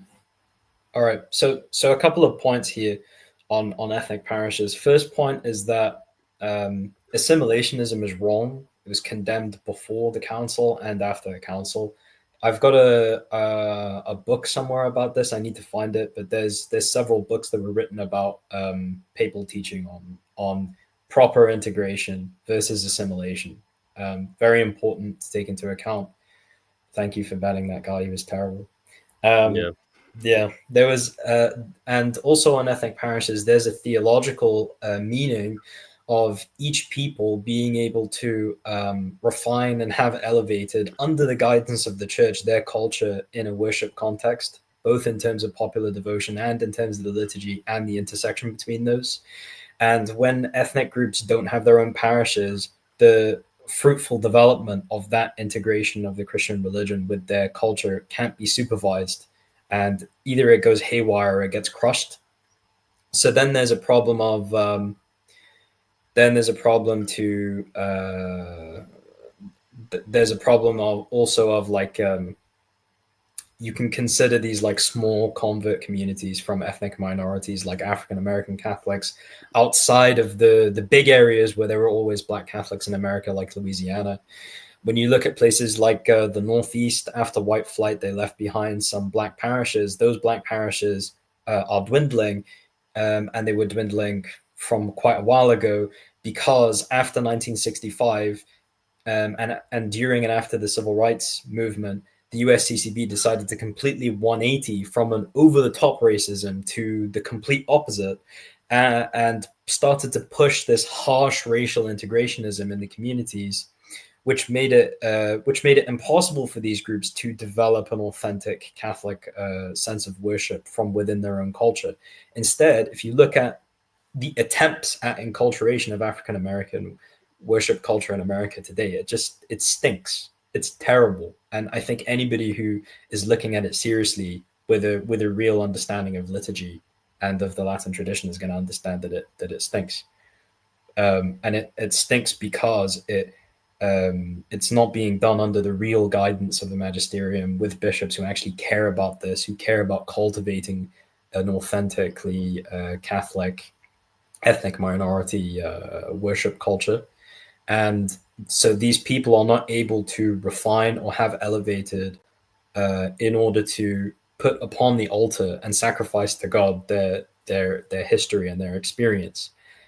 Instead, now, because that was failed 70 years ago, 60 years ago, and 50 years ago, when their culture took a nosedive in the 1960s, we all know what happened, all the funny names and the weird music, right? When that started happening in the 1960s, now there's almost nothing left that can be refined and placed upon the altar, right? And this is something really bad, and it is a product of an attempt at anti-racism, this extreme integrationism, which ended up destroying the possibility for the races to actually receive their proper dignity in the church. And yeah, it was people like Bishop.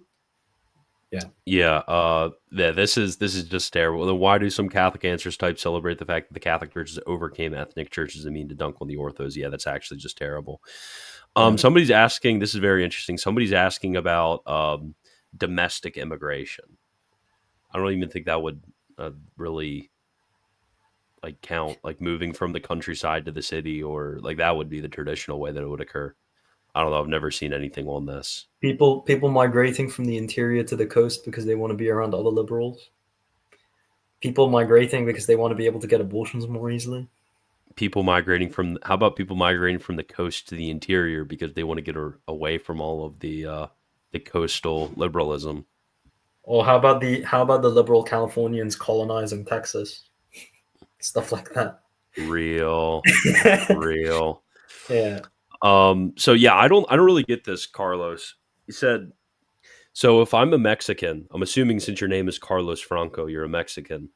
So if I'm a Mexican, it would be immoral to look for a better engineering job in the US if there are sufficiently good jobs here.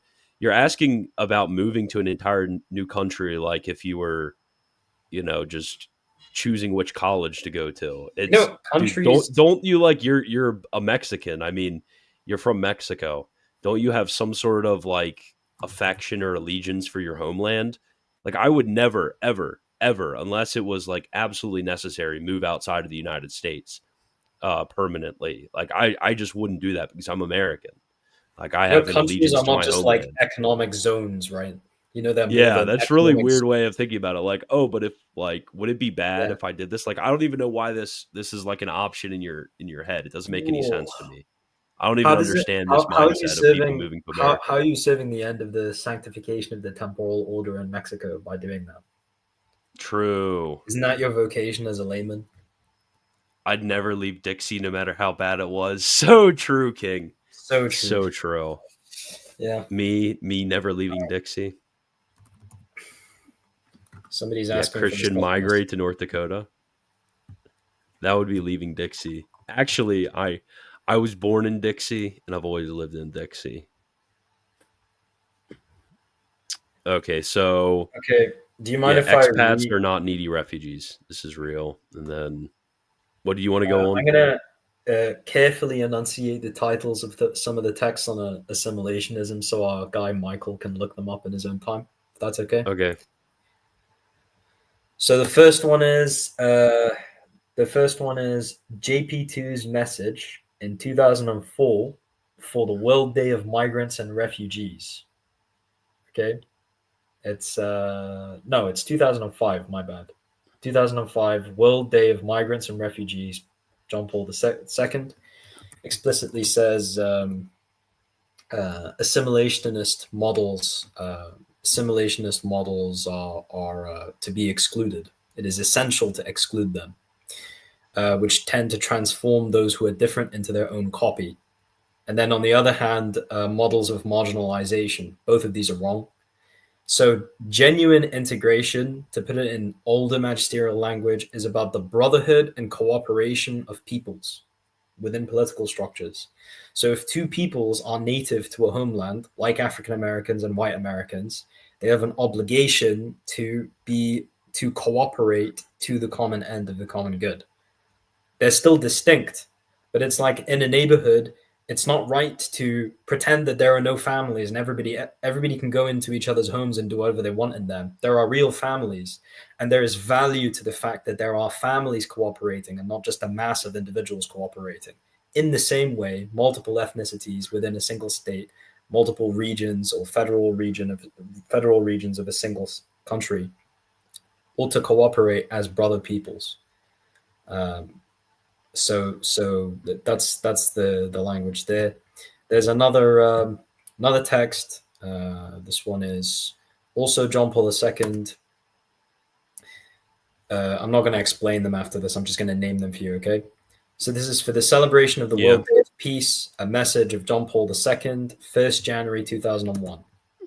Okay, that's the second document. Computer has gone slow for a second. Next text is what is going on? Sorry, my computer is slowed down for no reason.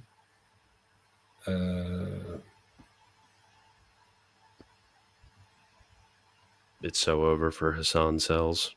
Yeah, there's a bunch more texts that they're mostly cited inside of those texts, but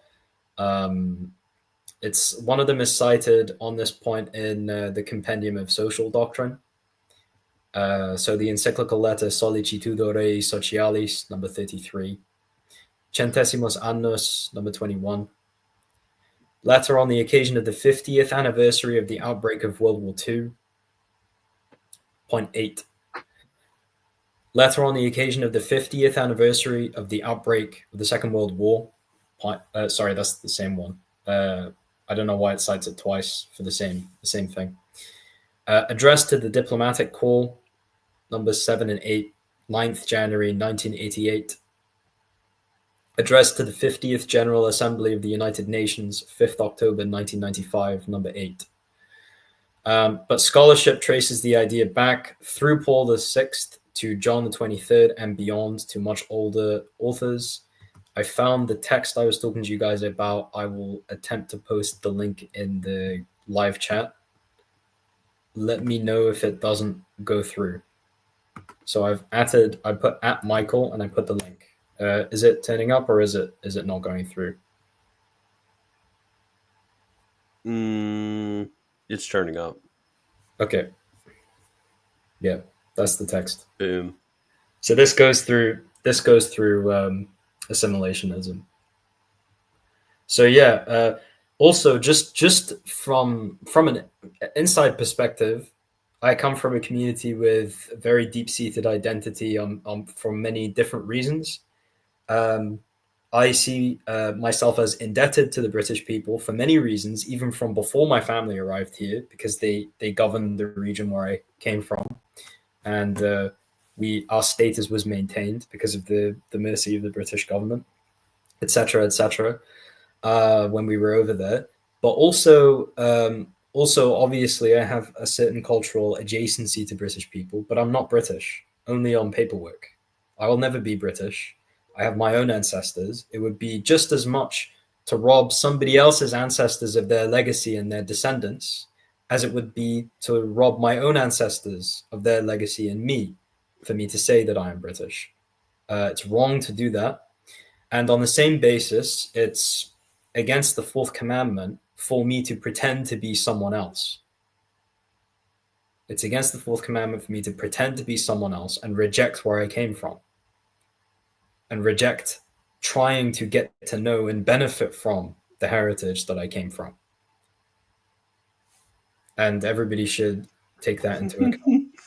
You're Indian. I mean, in a sense, yeah. In a sense, yeah. My family were a zamindar class family that's an Indian title. Like, what am I supposed to say? We're not ethnically Game Indian. over. Game over. It's over. It's over. Yeah, I Hassan's don't I don't admitted have it. I don't have any problem with saying that. India I would shouldn't have be a problem with split saying that into I'm Indian. because you're not Indian. Yeah. Shouldn't we Shouldn't have we have loyalty? loyalty to our home states? This is a very interesting question. I need to think about it more. Great question. But from like my family, for example, we moved over from the Holy Roman Empire. They were Catholics in around the year 1720. My family was in Pennsylvania for since well before the beginning of the state until my grandfather moved a little over 60 years ago to northern Maryland. And I mean, it was only like hour and a half away from our ancestral home. It wasn't that far away, but it was technically across a state border. Um, Not really like a huge change or anything like that. And I'm really the first in my paternal line to make a major move outside of the state too. Although Maryland is kind of classically southern to like an actually southern state, living in North Carolina. I feel like there was a long time in the United States, especially in the pre-antebellum period, before the Civil War, basically, where state loyalty was seen as something which was like desirable and to be kept. Like one would more readily identify themselves with their state than with their country. But due to various different unfortunate post Civil War and especially 20th century developments in the relationship between state and federal government, basically the idea of like having loyalty to state is completely evaporated.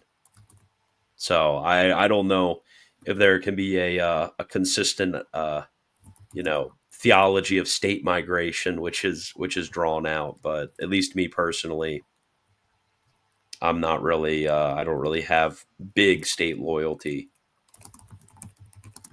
I have more national identity than state. You can't deport kids who have been here since 3 months old and has their entire livelihood here. Not very Catholic. Well, Pope Francis said that you can Who's if even they're arguing? criminals.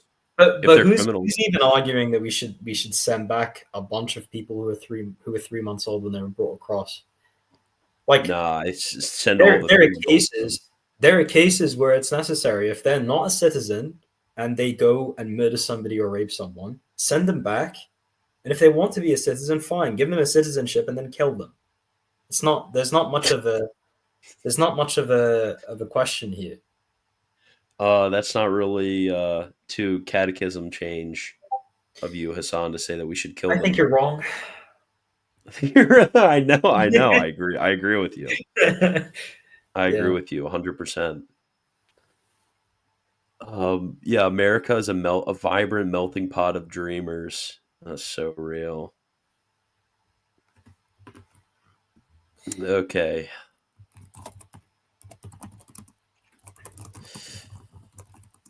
Um, I think this is actually slightly different with the because just a random he's refuting you big time in the chat right now, Hassan. Yeah, He said that's by that I logic, felt whites aren't I felt America like it because would be Americans are not embarrassing white. for him. Whites are just Europeans.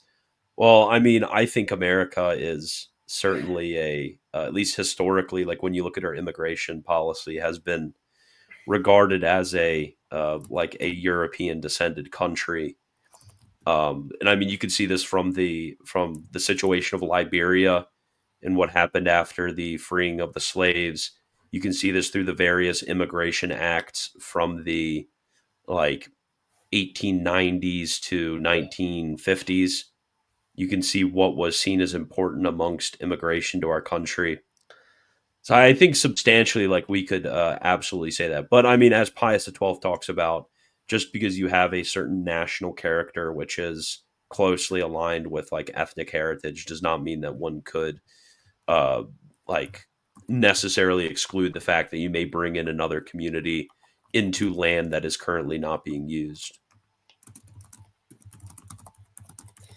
I would add that you should take into account that somebody mentioned this in the chat in mean terms. It's called ethnogenesis retard.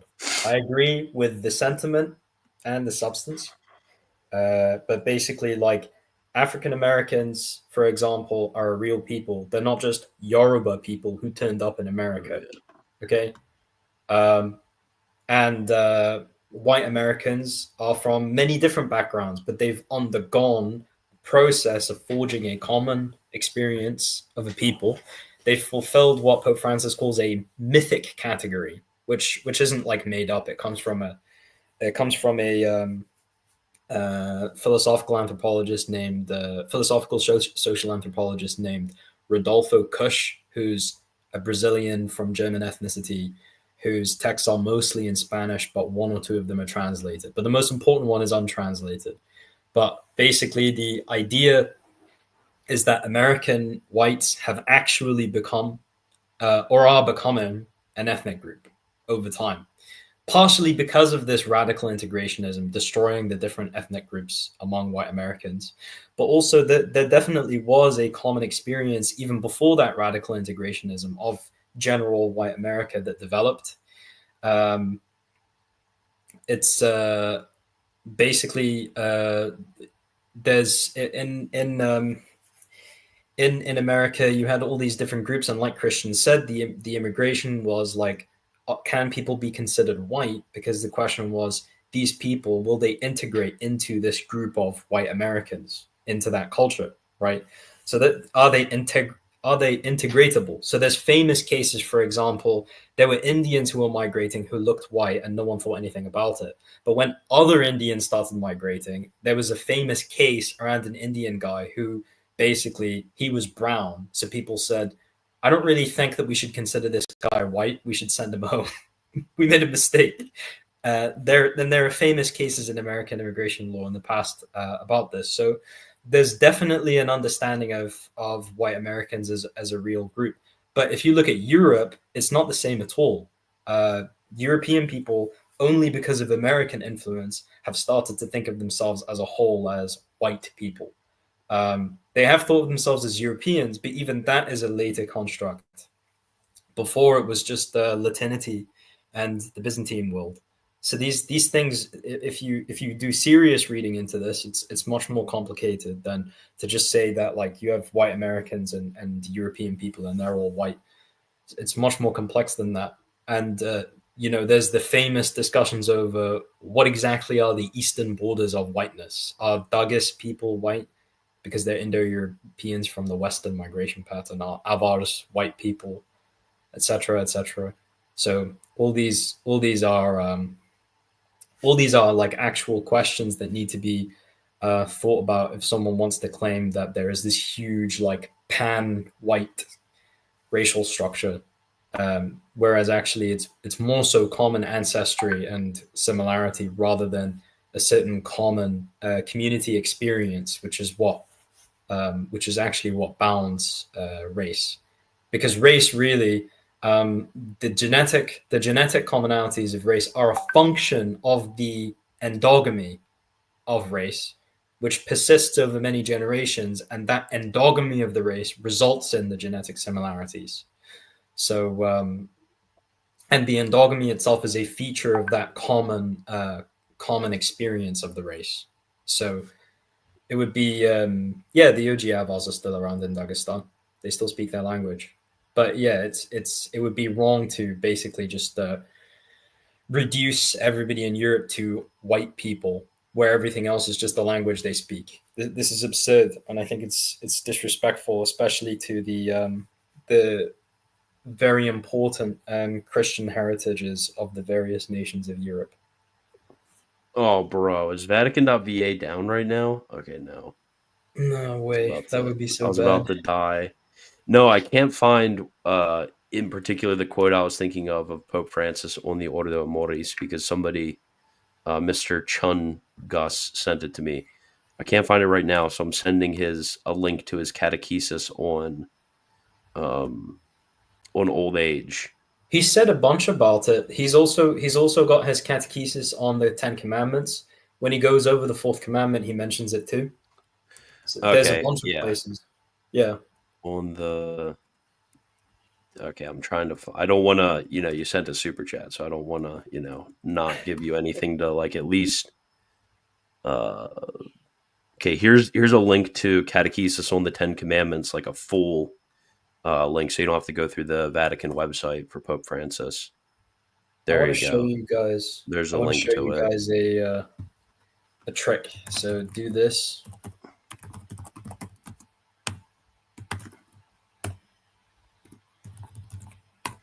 So when you want to find a particular thing, when you want to do research on the recent magisterium, just cite :vatican.va, and then any string of words. If you want something like a whole phrase, put them inside speech marks. You should try to search Italian words and phrases. That's usually more reliable. But if you want to do research on any particular word or concept, look into that. Look at how it's reworded in that document. So, like the same concept might be called by a slightly different Italian word, and then you just do that again with the other word, and then you can build up like a series of texts relevant to a certain issue. But yeah, Francis talks about yeah, exactly, teaching basic Google search query skills, real. But yeah, that's how you study. That's how you should study when the Pope talks about the same issue in different places, instead of waiting for where people Oh have. yeah, just a random. What he said earlier was definitely fake. Like, I know somebody's been here 20 years and they were here from when they were 3 months old, and now they're on the verge of deportation because they don't have documents. Legal status over natural law, Hassan. Yeah, this is like what Pope Francis I thinks is know going a on. people who was here as a kid and is now 20 years old on the verge of deportation because they don't have That's documents. just not real. Like, I sorry, don't I this is don't just know what like the details of the case are, but there's something that's like not contained in your message there. There's more of a story. is this better than St. Thomas's Ten Commandments commentary? No. No, That's no. just because that would be very difficult. Yeah. But it's a commentary from a different perspective and talking about different angles, different things that St. Thomas wouldn't have thought to write about for the most part. So It's just like yeah, it sounds. apparently you like to Wait, deport and wait, wait, destroy wait, wait, life of wait. a kid who by not So, his mistake doesn't have a legal nah, document. hold Sounds like on. non-Catholic. Wait, sounds like non-Catholic. Okay, so why did the Pope just tell us that we can do that in the document that we're talking about? He's more Catholic than the Pope, bro. It's so true.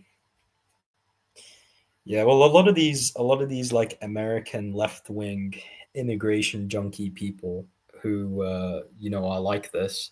They do often tend to quietly criticize the Pope for being too conservative. Uh,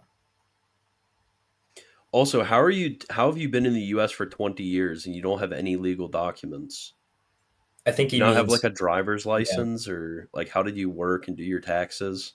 I think he means because he doesn't have documents establishing legal entry, and that's it. No, we have a friend from Discord who's one of the people who was brought over by. Do you not remember who he is? Yeah, yeah, but I mean they have some sort of like legal establishment Yeah, documents that would yeah, they do. yeah. Yeah, but And I think to he my means knowledge, documentation. nobody is like going through trying to deport people who like are in this situation.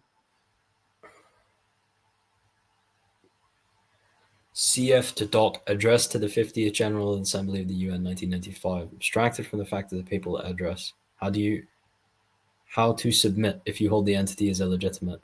Well, the popes also spoke to Israel when they didn't consider Rhino, it to be a legitimate state. Rhino, Rhino, Rhino. We have a Rhino here. We have So a it's fake. moderate I'm conservative a here. Republican.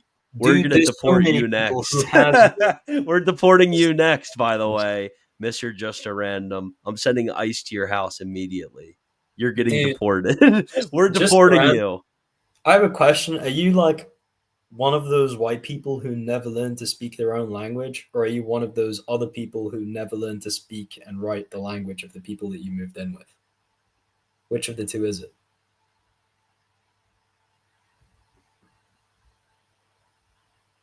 Hassan confused right now. Yeah. As a Republican, it's like as somebody who went to Catholic school, it's like as a Republican, I don't think you should deport these people. And Pope Francis is like as Pope, I say you can deport people.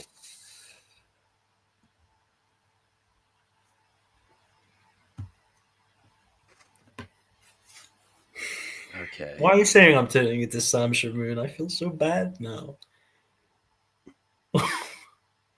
Yeah, I'm pretty sure there's exactly 0 people who came here when they were 3 months old and lived here their entire lives with no criminal record who are being in imminent danger of deportation. This is just a fake story.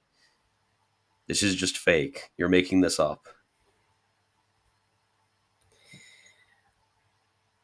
I'm not brown. Why does it matter if I'm black or white? Okay. Does it? No, that's from Felix. Okay. Anyways. Oh yeah, did you I've been wanting to watch the Michael Lofton treatment of this. The Reason in Theology Live. Sorry. Sorry, man. I'm not a brown person. It's kind of a funny statement to say I'm not a brown person. Wouldn't it make more sense to say, why does it matter if I'm brown or not? Not why does it matter if I'm black or white? Opinions on EMJ's views on ethnicity. Ridiculous. They're just ridiculous. Sorry. Like the guy actually thinks, he confirmed that he thinks that if an African who is Catholic moves to Poland and starts like imitating Polish cultural practices and doing their popular devotions, then he's Polish. The confusion, the confusion, the over confusion of religious action and the decorum of religious action with ethnicity is absurd. Of course, every ethnic group has a religious function because ethnic groups exist for a religious end. But it's not the same thing as to say that the practicing the religious decorum of a group makes you a member of that ethnicity. Oh, there's something else I was gonna say. I can't remember. This is annoying the crap out of me right now. Yeah, this is like, yeah, I made an argument. The guy is like, I just made an argument against deportation. Like, you made an argument against deportation in the same way that like liberals who are just like, oh, but what if you have an 11-year-old girl who suffers assault and she gets pregnant and she's in, her entire family is going to blow up if she doesn't get an abortion. Do you think she should not get an abortion? Like, it's literally the same line of argumentation. What if there was a 3-month-old kid who moved over with his parents and have lived here in like, he went to Harvard. He's like a Harvard graduate, and he like cured cancer, and everyone's gonna die if he gets deported. Like, Donald Trump is deporting these people. Like, same line of argument going on right in It's my just chat. constant. Like, It's just I just made an consequentialism. argument. If a crazy person holds you at gunpoint, holds your family at gunpoint, and says, if you don't fornicate with this person or worse, I'm going to kill your family. You can't fornicate. You just can't do it. You're still obligated not to do it. It's difficult, maybe, but you're still obligated not to do it. If someone comes to your house and says, are there people from a certain demographic hiding in your basement or your attic? And the guy has a certain like cool looking uniform on, right? Bruh. And he asks you, where are these people? You have to either say nothing or you have to be clever with the truth. You can't lie. You can't do that. Yo, this is epic. I need to hear the music though. Professor Lofton! Yo, ain't no way. Wait. Look at the bottom left corner, Hassan. Wait for it. Wow, what a day. Professor Lofton. So far. Pope Francis has come out very forcefully against the Trump administration, against J.D. Vance, on the question of immigration that he wrote in a letter to the bishops of the United States of America. Pope Francis has taken the time out to write a very, very formal letter to the bishops of the United States, weighing in on the question of immigration policies with Trump, and also the recent controversy surrounding J.D. Vance and some comments that he made about the Ordo amoris, as it's called, the order of love. which certainly relates to the question of immigration. Pope Francis has come out explicitly refuting J.D. Vance's position, which is somewhat awkward since J.D. Vance identifies as a Catholic, and now the Pope has come out and formally refuted and repudiated his position and has spoken again against the current administration's policies. We're going to take a look at the letter. It's not very long, so we're going to read the whole thing. Then we're going to take a look at Pope Francis's own policies concerning the Vatican. Then we are going to examine a new appointment that he just made for the Archdiocese of Detroit, because it's certainly relevant to this issue of immigration.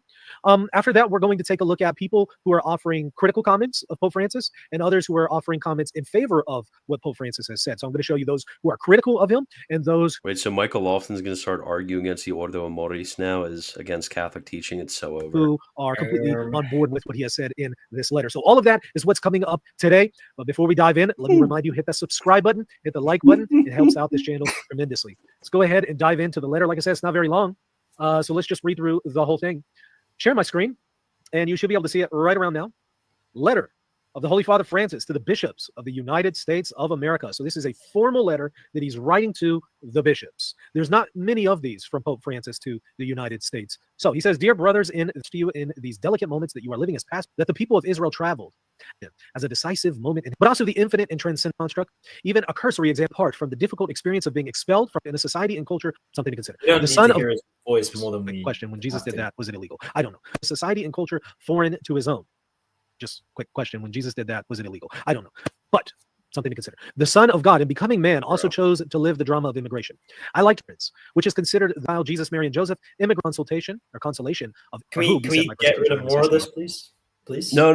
I'm skipping through all of this, so I want to hear his commentary. That's what I need. Beloved family, love of human dignity, expressed by the human person, surpass all the Christian faithful, and he, the major crisis, that is, which is surprising to me, because this continues. I have followed closely the major crisis that is taking place in the United States with the initiation of a program of mass deportations. So he's saying he's following the situation very closely, which is surprising to me, because I've always been under the impression that Pope Francis is not very well in tune with what is going on in the world or even in the United States. But he's saying, at least on this particular issue, he's been following it very closely. He says, the rightly formed conscience cannot fail to make a critical judgment and express its disagreement. Did you hear that? The rightly formed conscience, he says, cannot fail to make a critical judgment and express its disagreement with any measure that tacitly or explicitly identifies the illegal status of some migrants with criminality. So he's saying, even though they came to the United States illegally, they're not criminals. Now, a lot of people are going to push back on that and say, well, by definition, if you're breaking the law, if you're doing something illegally, you're a criminal. Now, whether or not you should be prosecuted for that crime, different question. But by definition, if somebody breaks the law, that would make them a criminal. But what he's saying is, no, even if you break the law, you're not a criminal. Okay, that's his perspective. That's what he's communicating here. And he's saying the Christian conscience cannot conclude that a person who breaks the law in this manner is a criminal. He says, at the same time, one must reckon country or prior insecurity. And many men and women saying, people 30 and committed violent crimes, but have come here illegally because they're trying to escape extreme poverty and issues of exploitation and persecution. Those people should not be deported, he says. He says this is not a minor issue. An authentic rule of law is verified precisely in the Dignified with an integrate orderly others and will end badly. He continues, not on the truth about the equal dignity of every human being begins infinite dignity. To refute Jacob and the order of Catholic. Now listen to this. Here we this go. is the part where he's explicitly attempting to refute J.D. Vance, a professed Catholic, the Vice President of the United States, who has come out and spoken of Christian love and the order of love, Ordo amoris, as it's called in Latin. He has recently spoken about this and how the order of love, first of all, obligates us to love those people who are immediately around us, then our neighbor, and then in a broader scale. And this is actually something that goes back to Thomas Aquinas. Some argue it also goes back to the Bible. So now, this goes back to Thomas Aquinas. Some Some people argue it goes back to the Bible. This is real. Because of that controversy, J.D. Vance was trying to point to that, to note that, well, first of all, our duties are first and foremost to our own, and then to others. He was trying to point that out. A lot of people were in favor of what he was saying. Others were pushing back against it. Now Pope Francis is going to push back hard against J.D. Vance and is going to attempt to refute him. So here's what he says. Christians know very well it's only by affirming the infinite dignity of all that our own identity as persons and communities reaches its maturity. Christian love is not a concentric expansion of interests that little by little extend feelings. Can gradually mature in his identity. Pope Francis is putting J.D. Vance on blast. The true Ordo amoris that he's putting it on blast. Hey, yo, he's putting him on blast, yo. Must be promoted. Hey, yo, he's putting him on blast. You shouldn't have done that, bro. Close the stream. What is this? Why? What? He literally said, put him on blast. That's like You know why he talks like that? Put him on blast. Okay, come on. Come on. Come on. That's not like a normal term that a No, it's not a millennial uses. normal term. It's like an internet No. term that people get from black culture. I mean, this is just true. He's copying Zoomers who wait, no, what if Zoomers are copying Michael Lofton and appropriating black culture? He put him on blast, dude. He put him on blast. Wait. What if the Zoomers learn to appropriate African American culture from Michael Lofton? What if we got it the other way around? He was doing it before Zoomers existed, right? That's true. He's appropriating African American culture. He is systemically racist. Is this real? Yeah. Are you putting me on? Are you putting me on blast right now, Hassan? No, Am I crashing out right now? Crashing out. Yeah. This is true. Pope Francis is putting JD Vance on blast. When I first heard crashing out, I thought it referred to when certain groups of people riot and smash windows. I didn't know it was a gym. I didn't know it was a gym thing. True Ordo amoris that must be promoted is that which we discover by meditating constantly on the parable of the Good Samaritan. That is, by meditating on the love that builds a fraternity open to all without exception. So that is what he's saying in response to J.D. Vance. Some might argue it doesn't properly interact with his position or with the doctrine to begin with. Others are cheering this on and are completely in favor of it.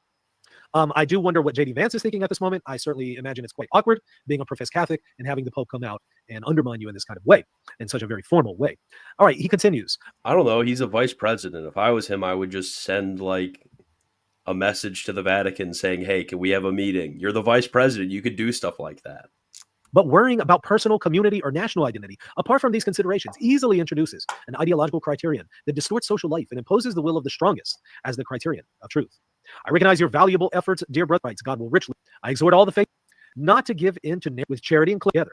He gave his for the salvation of all. Let us ask Virgin Morena grace and thus take a step forward in Fraternity Francis from the Vatican on the 10th of February, so released yesterday, very formally written, like I said, as an actual letter of the Pope to the bishops, numbered here with a nice numbering system, formally signed off by the Pope and dated. I mean, he is just pulling out all of the stops here. I mean, it's interesting. He almost puts this out as a little mini encyclical, right? So it kind of has that vibe to it. So that is what Pope Francis has said so far. Now what we're going to do is we're going to take a look at a number of other issues surrounding this situation that some people are going to point towards. Then we're going to take a look at those who are critical of what the Pope has said. And then we're going to take a look at what some people who are in favor of the Pope have just. Bro, this guy looks so soy. Said. So let's take a look at Vatican cracking down on illegal entry into its own territory. Some people are going to point to this and say, well, the Pope. They're like, oh, well, the Vatican. Oh, the Vatican. Yeah, get out of here. I don't want to hear about any of this part of it. Okay. And then another bishop. Okay, I want to hear Lofton's thoughts. I'm very curious.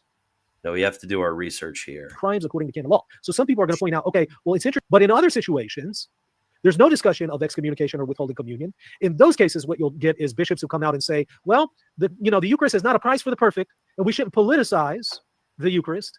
And they'll use that as an argument to say, you can't excommunicate people, you can't withhold communion for people.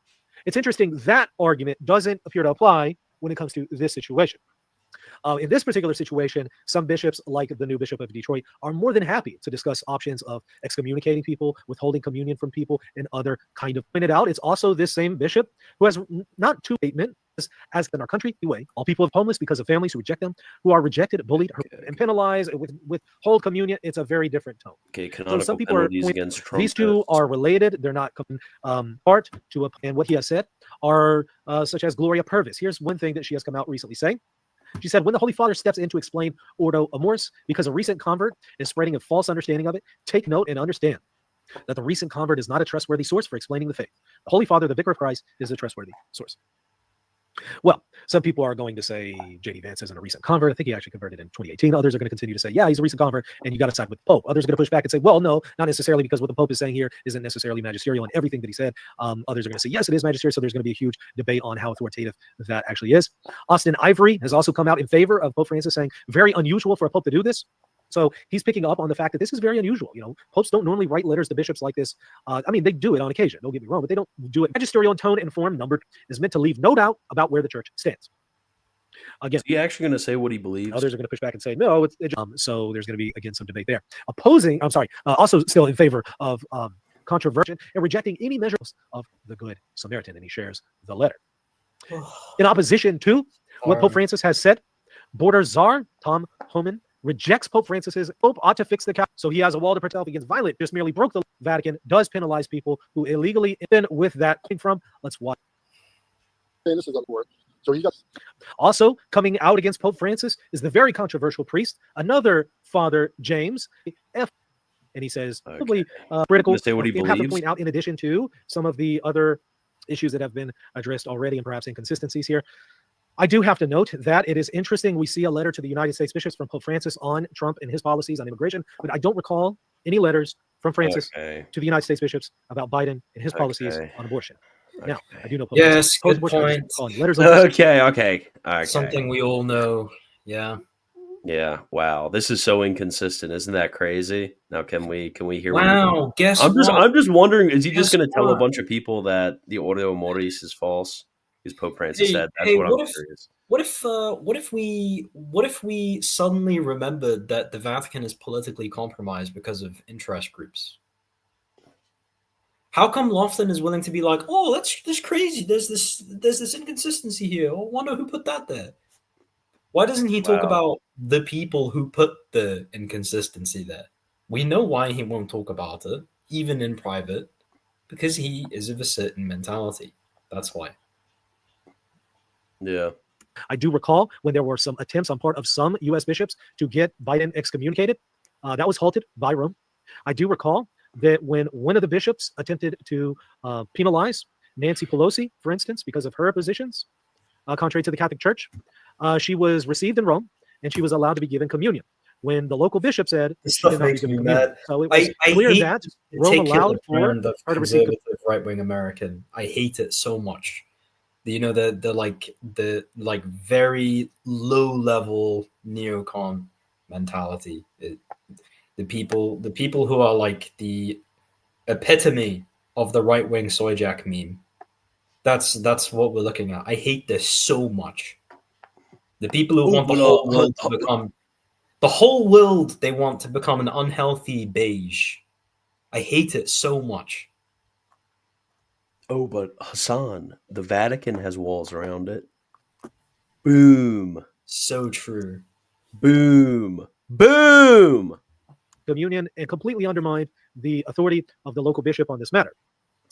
So I'll point out that there does appear to be an unbalanced perspective here when it comes to speaking out against political leaders.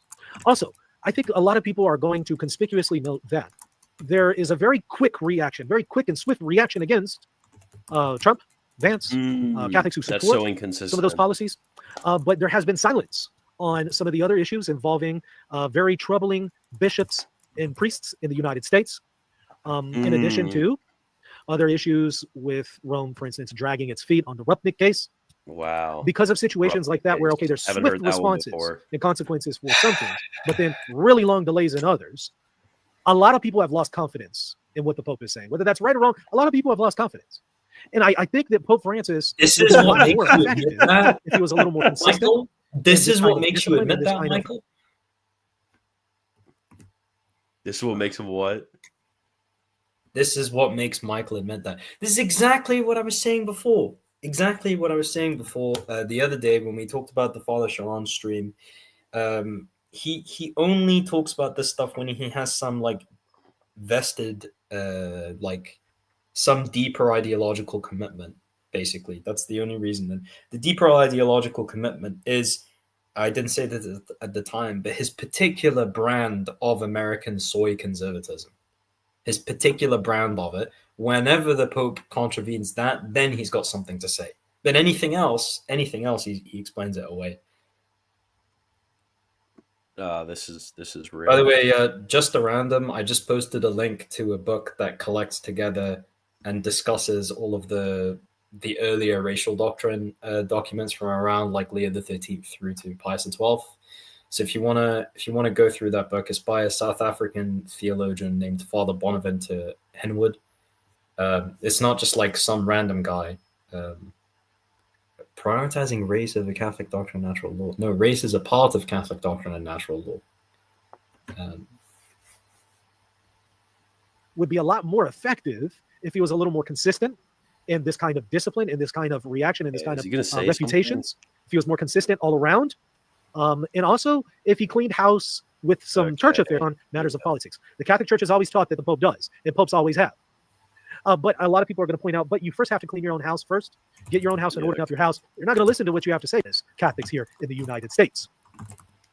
So, while there might be some points that Pope Francis is making that I think all Catholics have to take to heart, there might be some legitimate points. I think there also might be some legitimate criticisms here. Like what? And there also might be some legitimate moments here where people can point to instances of inconsistency. Okay. Well, I'd love to hear from y'all. What do you think? You agree no, we want to hear from you. You in favor of what he's saying? Completely against it? You somewhere in between? Oh my god. You think there's some hypocrisy and inconsistency going on? You think that he needs to clean house first, or you think he's already doing a great job at that? I want to hear from you. Put your feedback in the comment section. Let me grab this super chat too.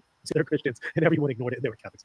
Did we really just watch that whole thing for him to do nothing other than read the text, state the obvious, and close? That's crazy. I thought he was gonna. I was really hoping that he would get into like points of interpretation or like personal agreement or disagreement, because sometimes I have to research stuff like that to see how other people are going to approach. I have a question. Live chat. Why did he spend all that time making that live stream when he could have been writing his thesis? Oh man. Professor Lofin is very, very busy. Yeah. Well, I do eventually want to come back and do a bigger presentation with you on the ethics on this issue, because I do think that as we're moving forward, the things that both of us are involved with would benefit from that video and from the research. But the problem is that it takes a lot of work, because as we've discussed, a lot of the stuff that's talked about in the magisterium is like repetitions of certain tones and articulations of the same points over and over and over. So actually having like a synthetic treatment on this issue is kind of difficult. I don't know if any. Is it listed to exclude immigration of a whole ethnic group? For example, the Chinese Exclusion Act, or is some grave reason necessary? I mean, when it comes to at least like the American tradition, and this is pretty normal in like the immigration doctrines of a lot of nations, like you want to make sure the people you're bringing in are somehow going to mesh well with the locals. Like it's very different bringing in Italians than it is bringing in people from like South Sudan or something like that. You're able to like Italians are much easier able to mesh with the local culture, which is something which is necessary. Like you won't want a sort of discordance between peoples. Like that would be an imprudent decision to bring in people like that. So no, I mean, there doesn't need to be like a grave reason necessary. That's just like prudent immigration doctrine. Also, like religious backgrounds matter a lot as well. Like bringing in, random Hindus is much different than bringing in Catholics. Okay, why are you calling us racists? Okay, I don't really understand what Just a Random is saying, but he seems to be under the impression that we think everybody who is a different color should be kicked out of a country or prevented from emigrating. Yeah, we didn't say that. No one is saying that. I don't even think anybody in the comment section so far has said that. So you're gonna have to slow down and be a little bit less rash in your interpretation of people, because going around accusing a bunch of people of a condemned error. But there is a racism which is a condemned error of the church, which is talked about in the text in the book that I just sent you. That's really bad. You guys always speak of the OCIA document, but what actually is that? It's the official liturgical document about OCIA and its rights. I will send you a link in the chat now. Hold on.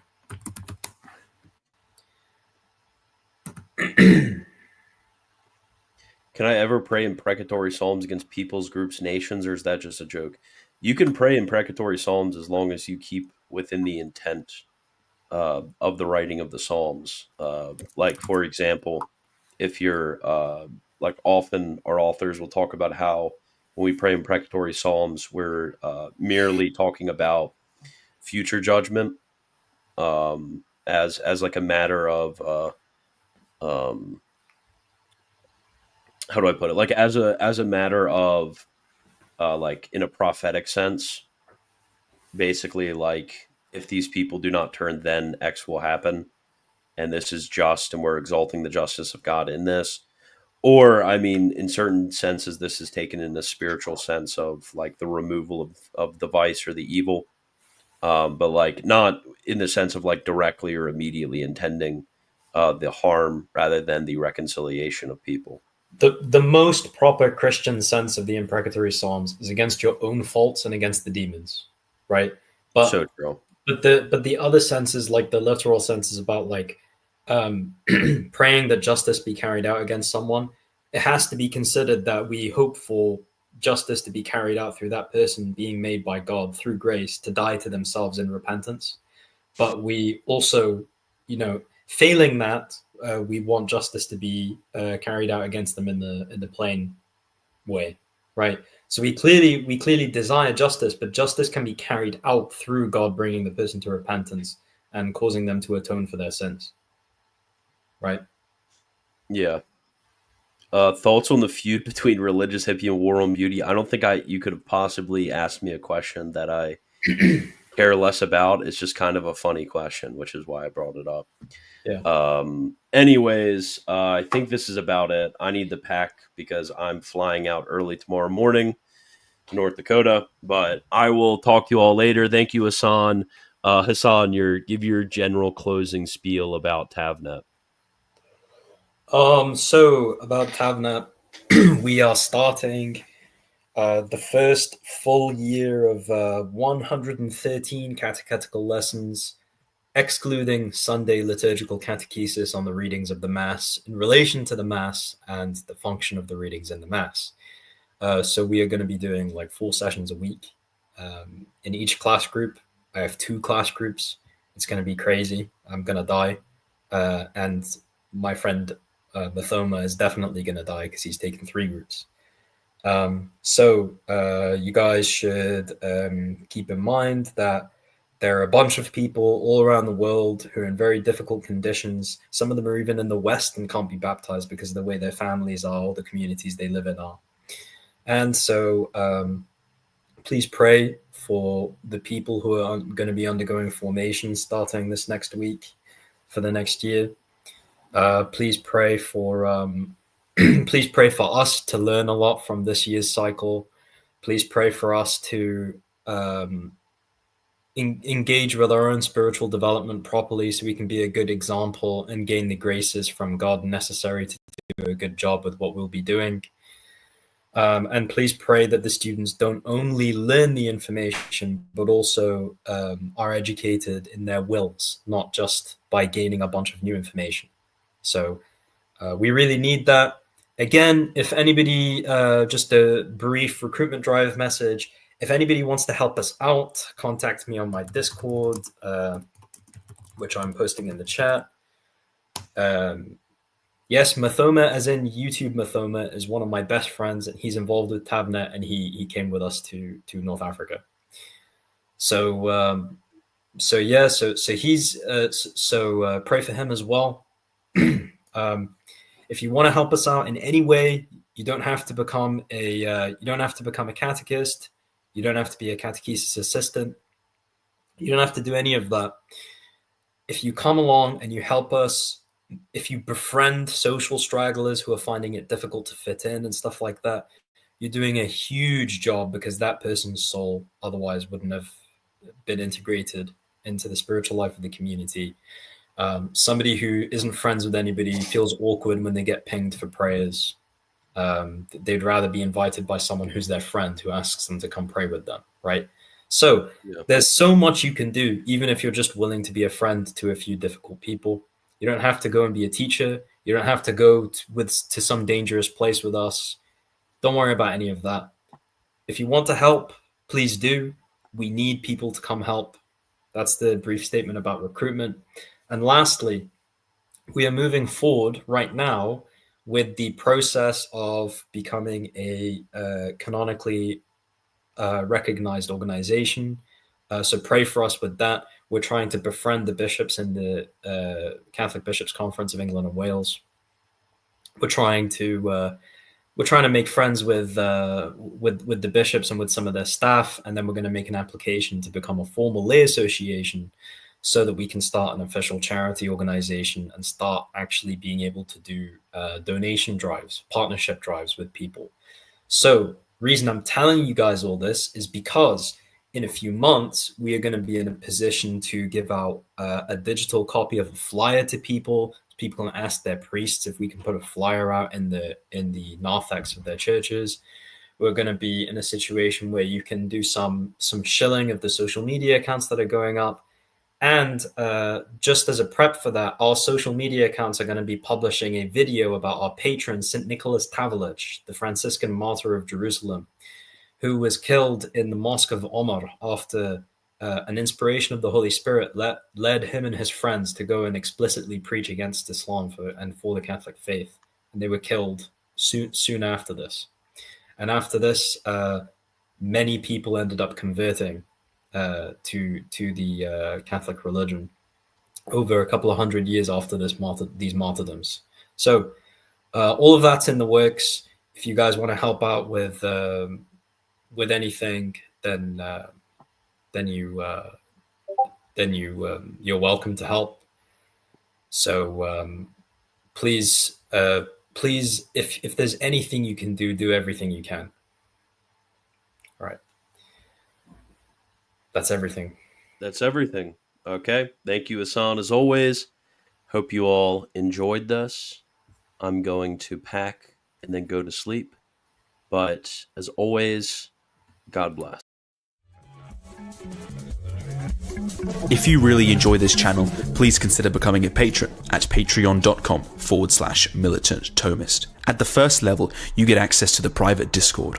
At the second level, you get access to weekly bonus videos. At the third level, you get access to free translations, articles, and notes on the Summa of St. Thomas. On the fourth level, you get access to course videos and DM questions. And beyond this, there are many other benefits, so please make sure to check out patreon.com/militant Thomist.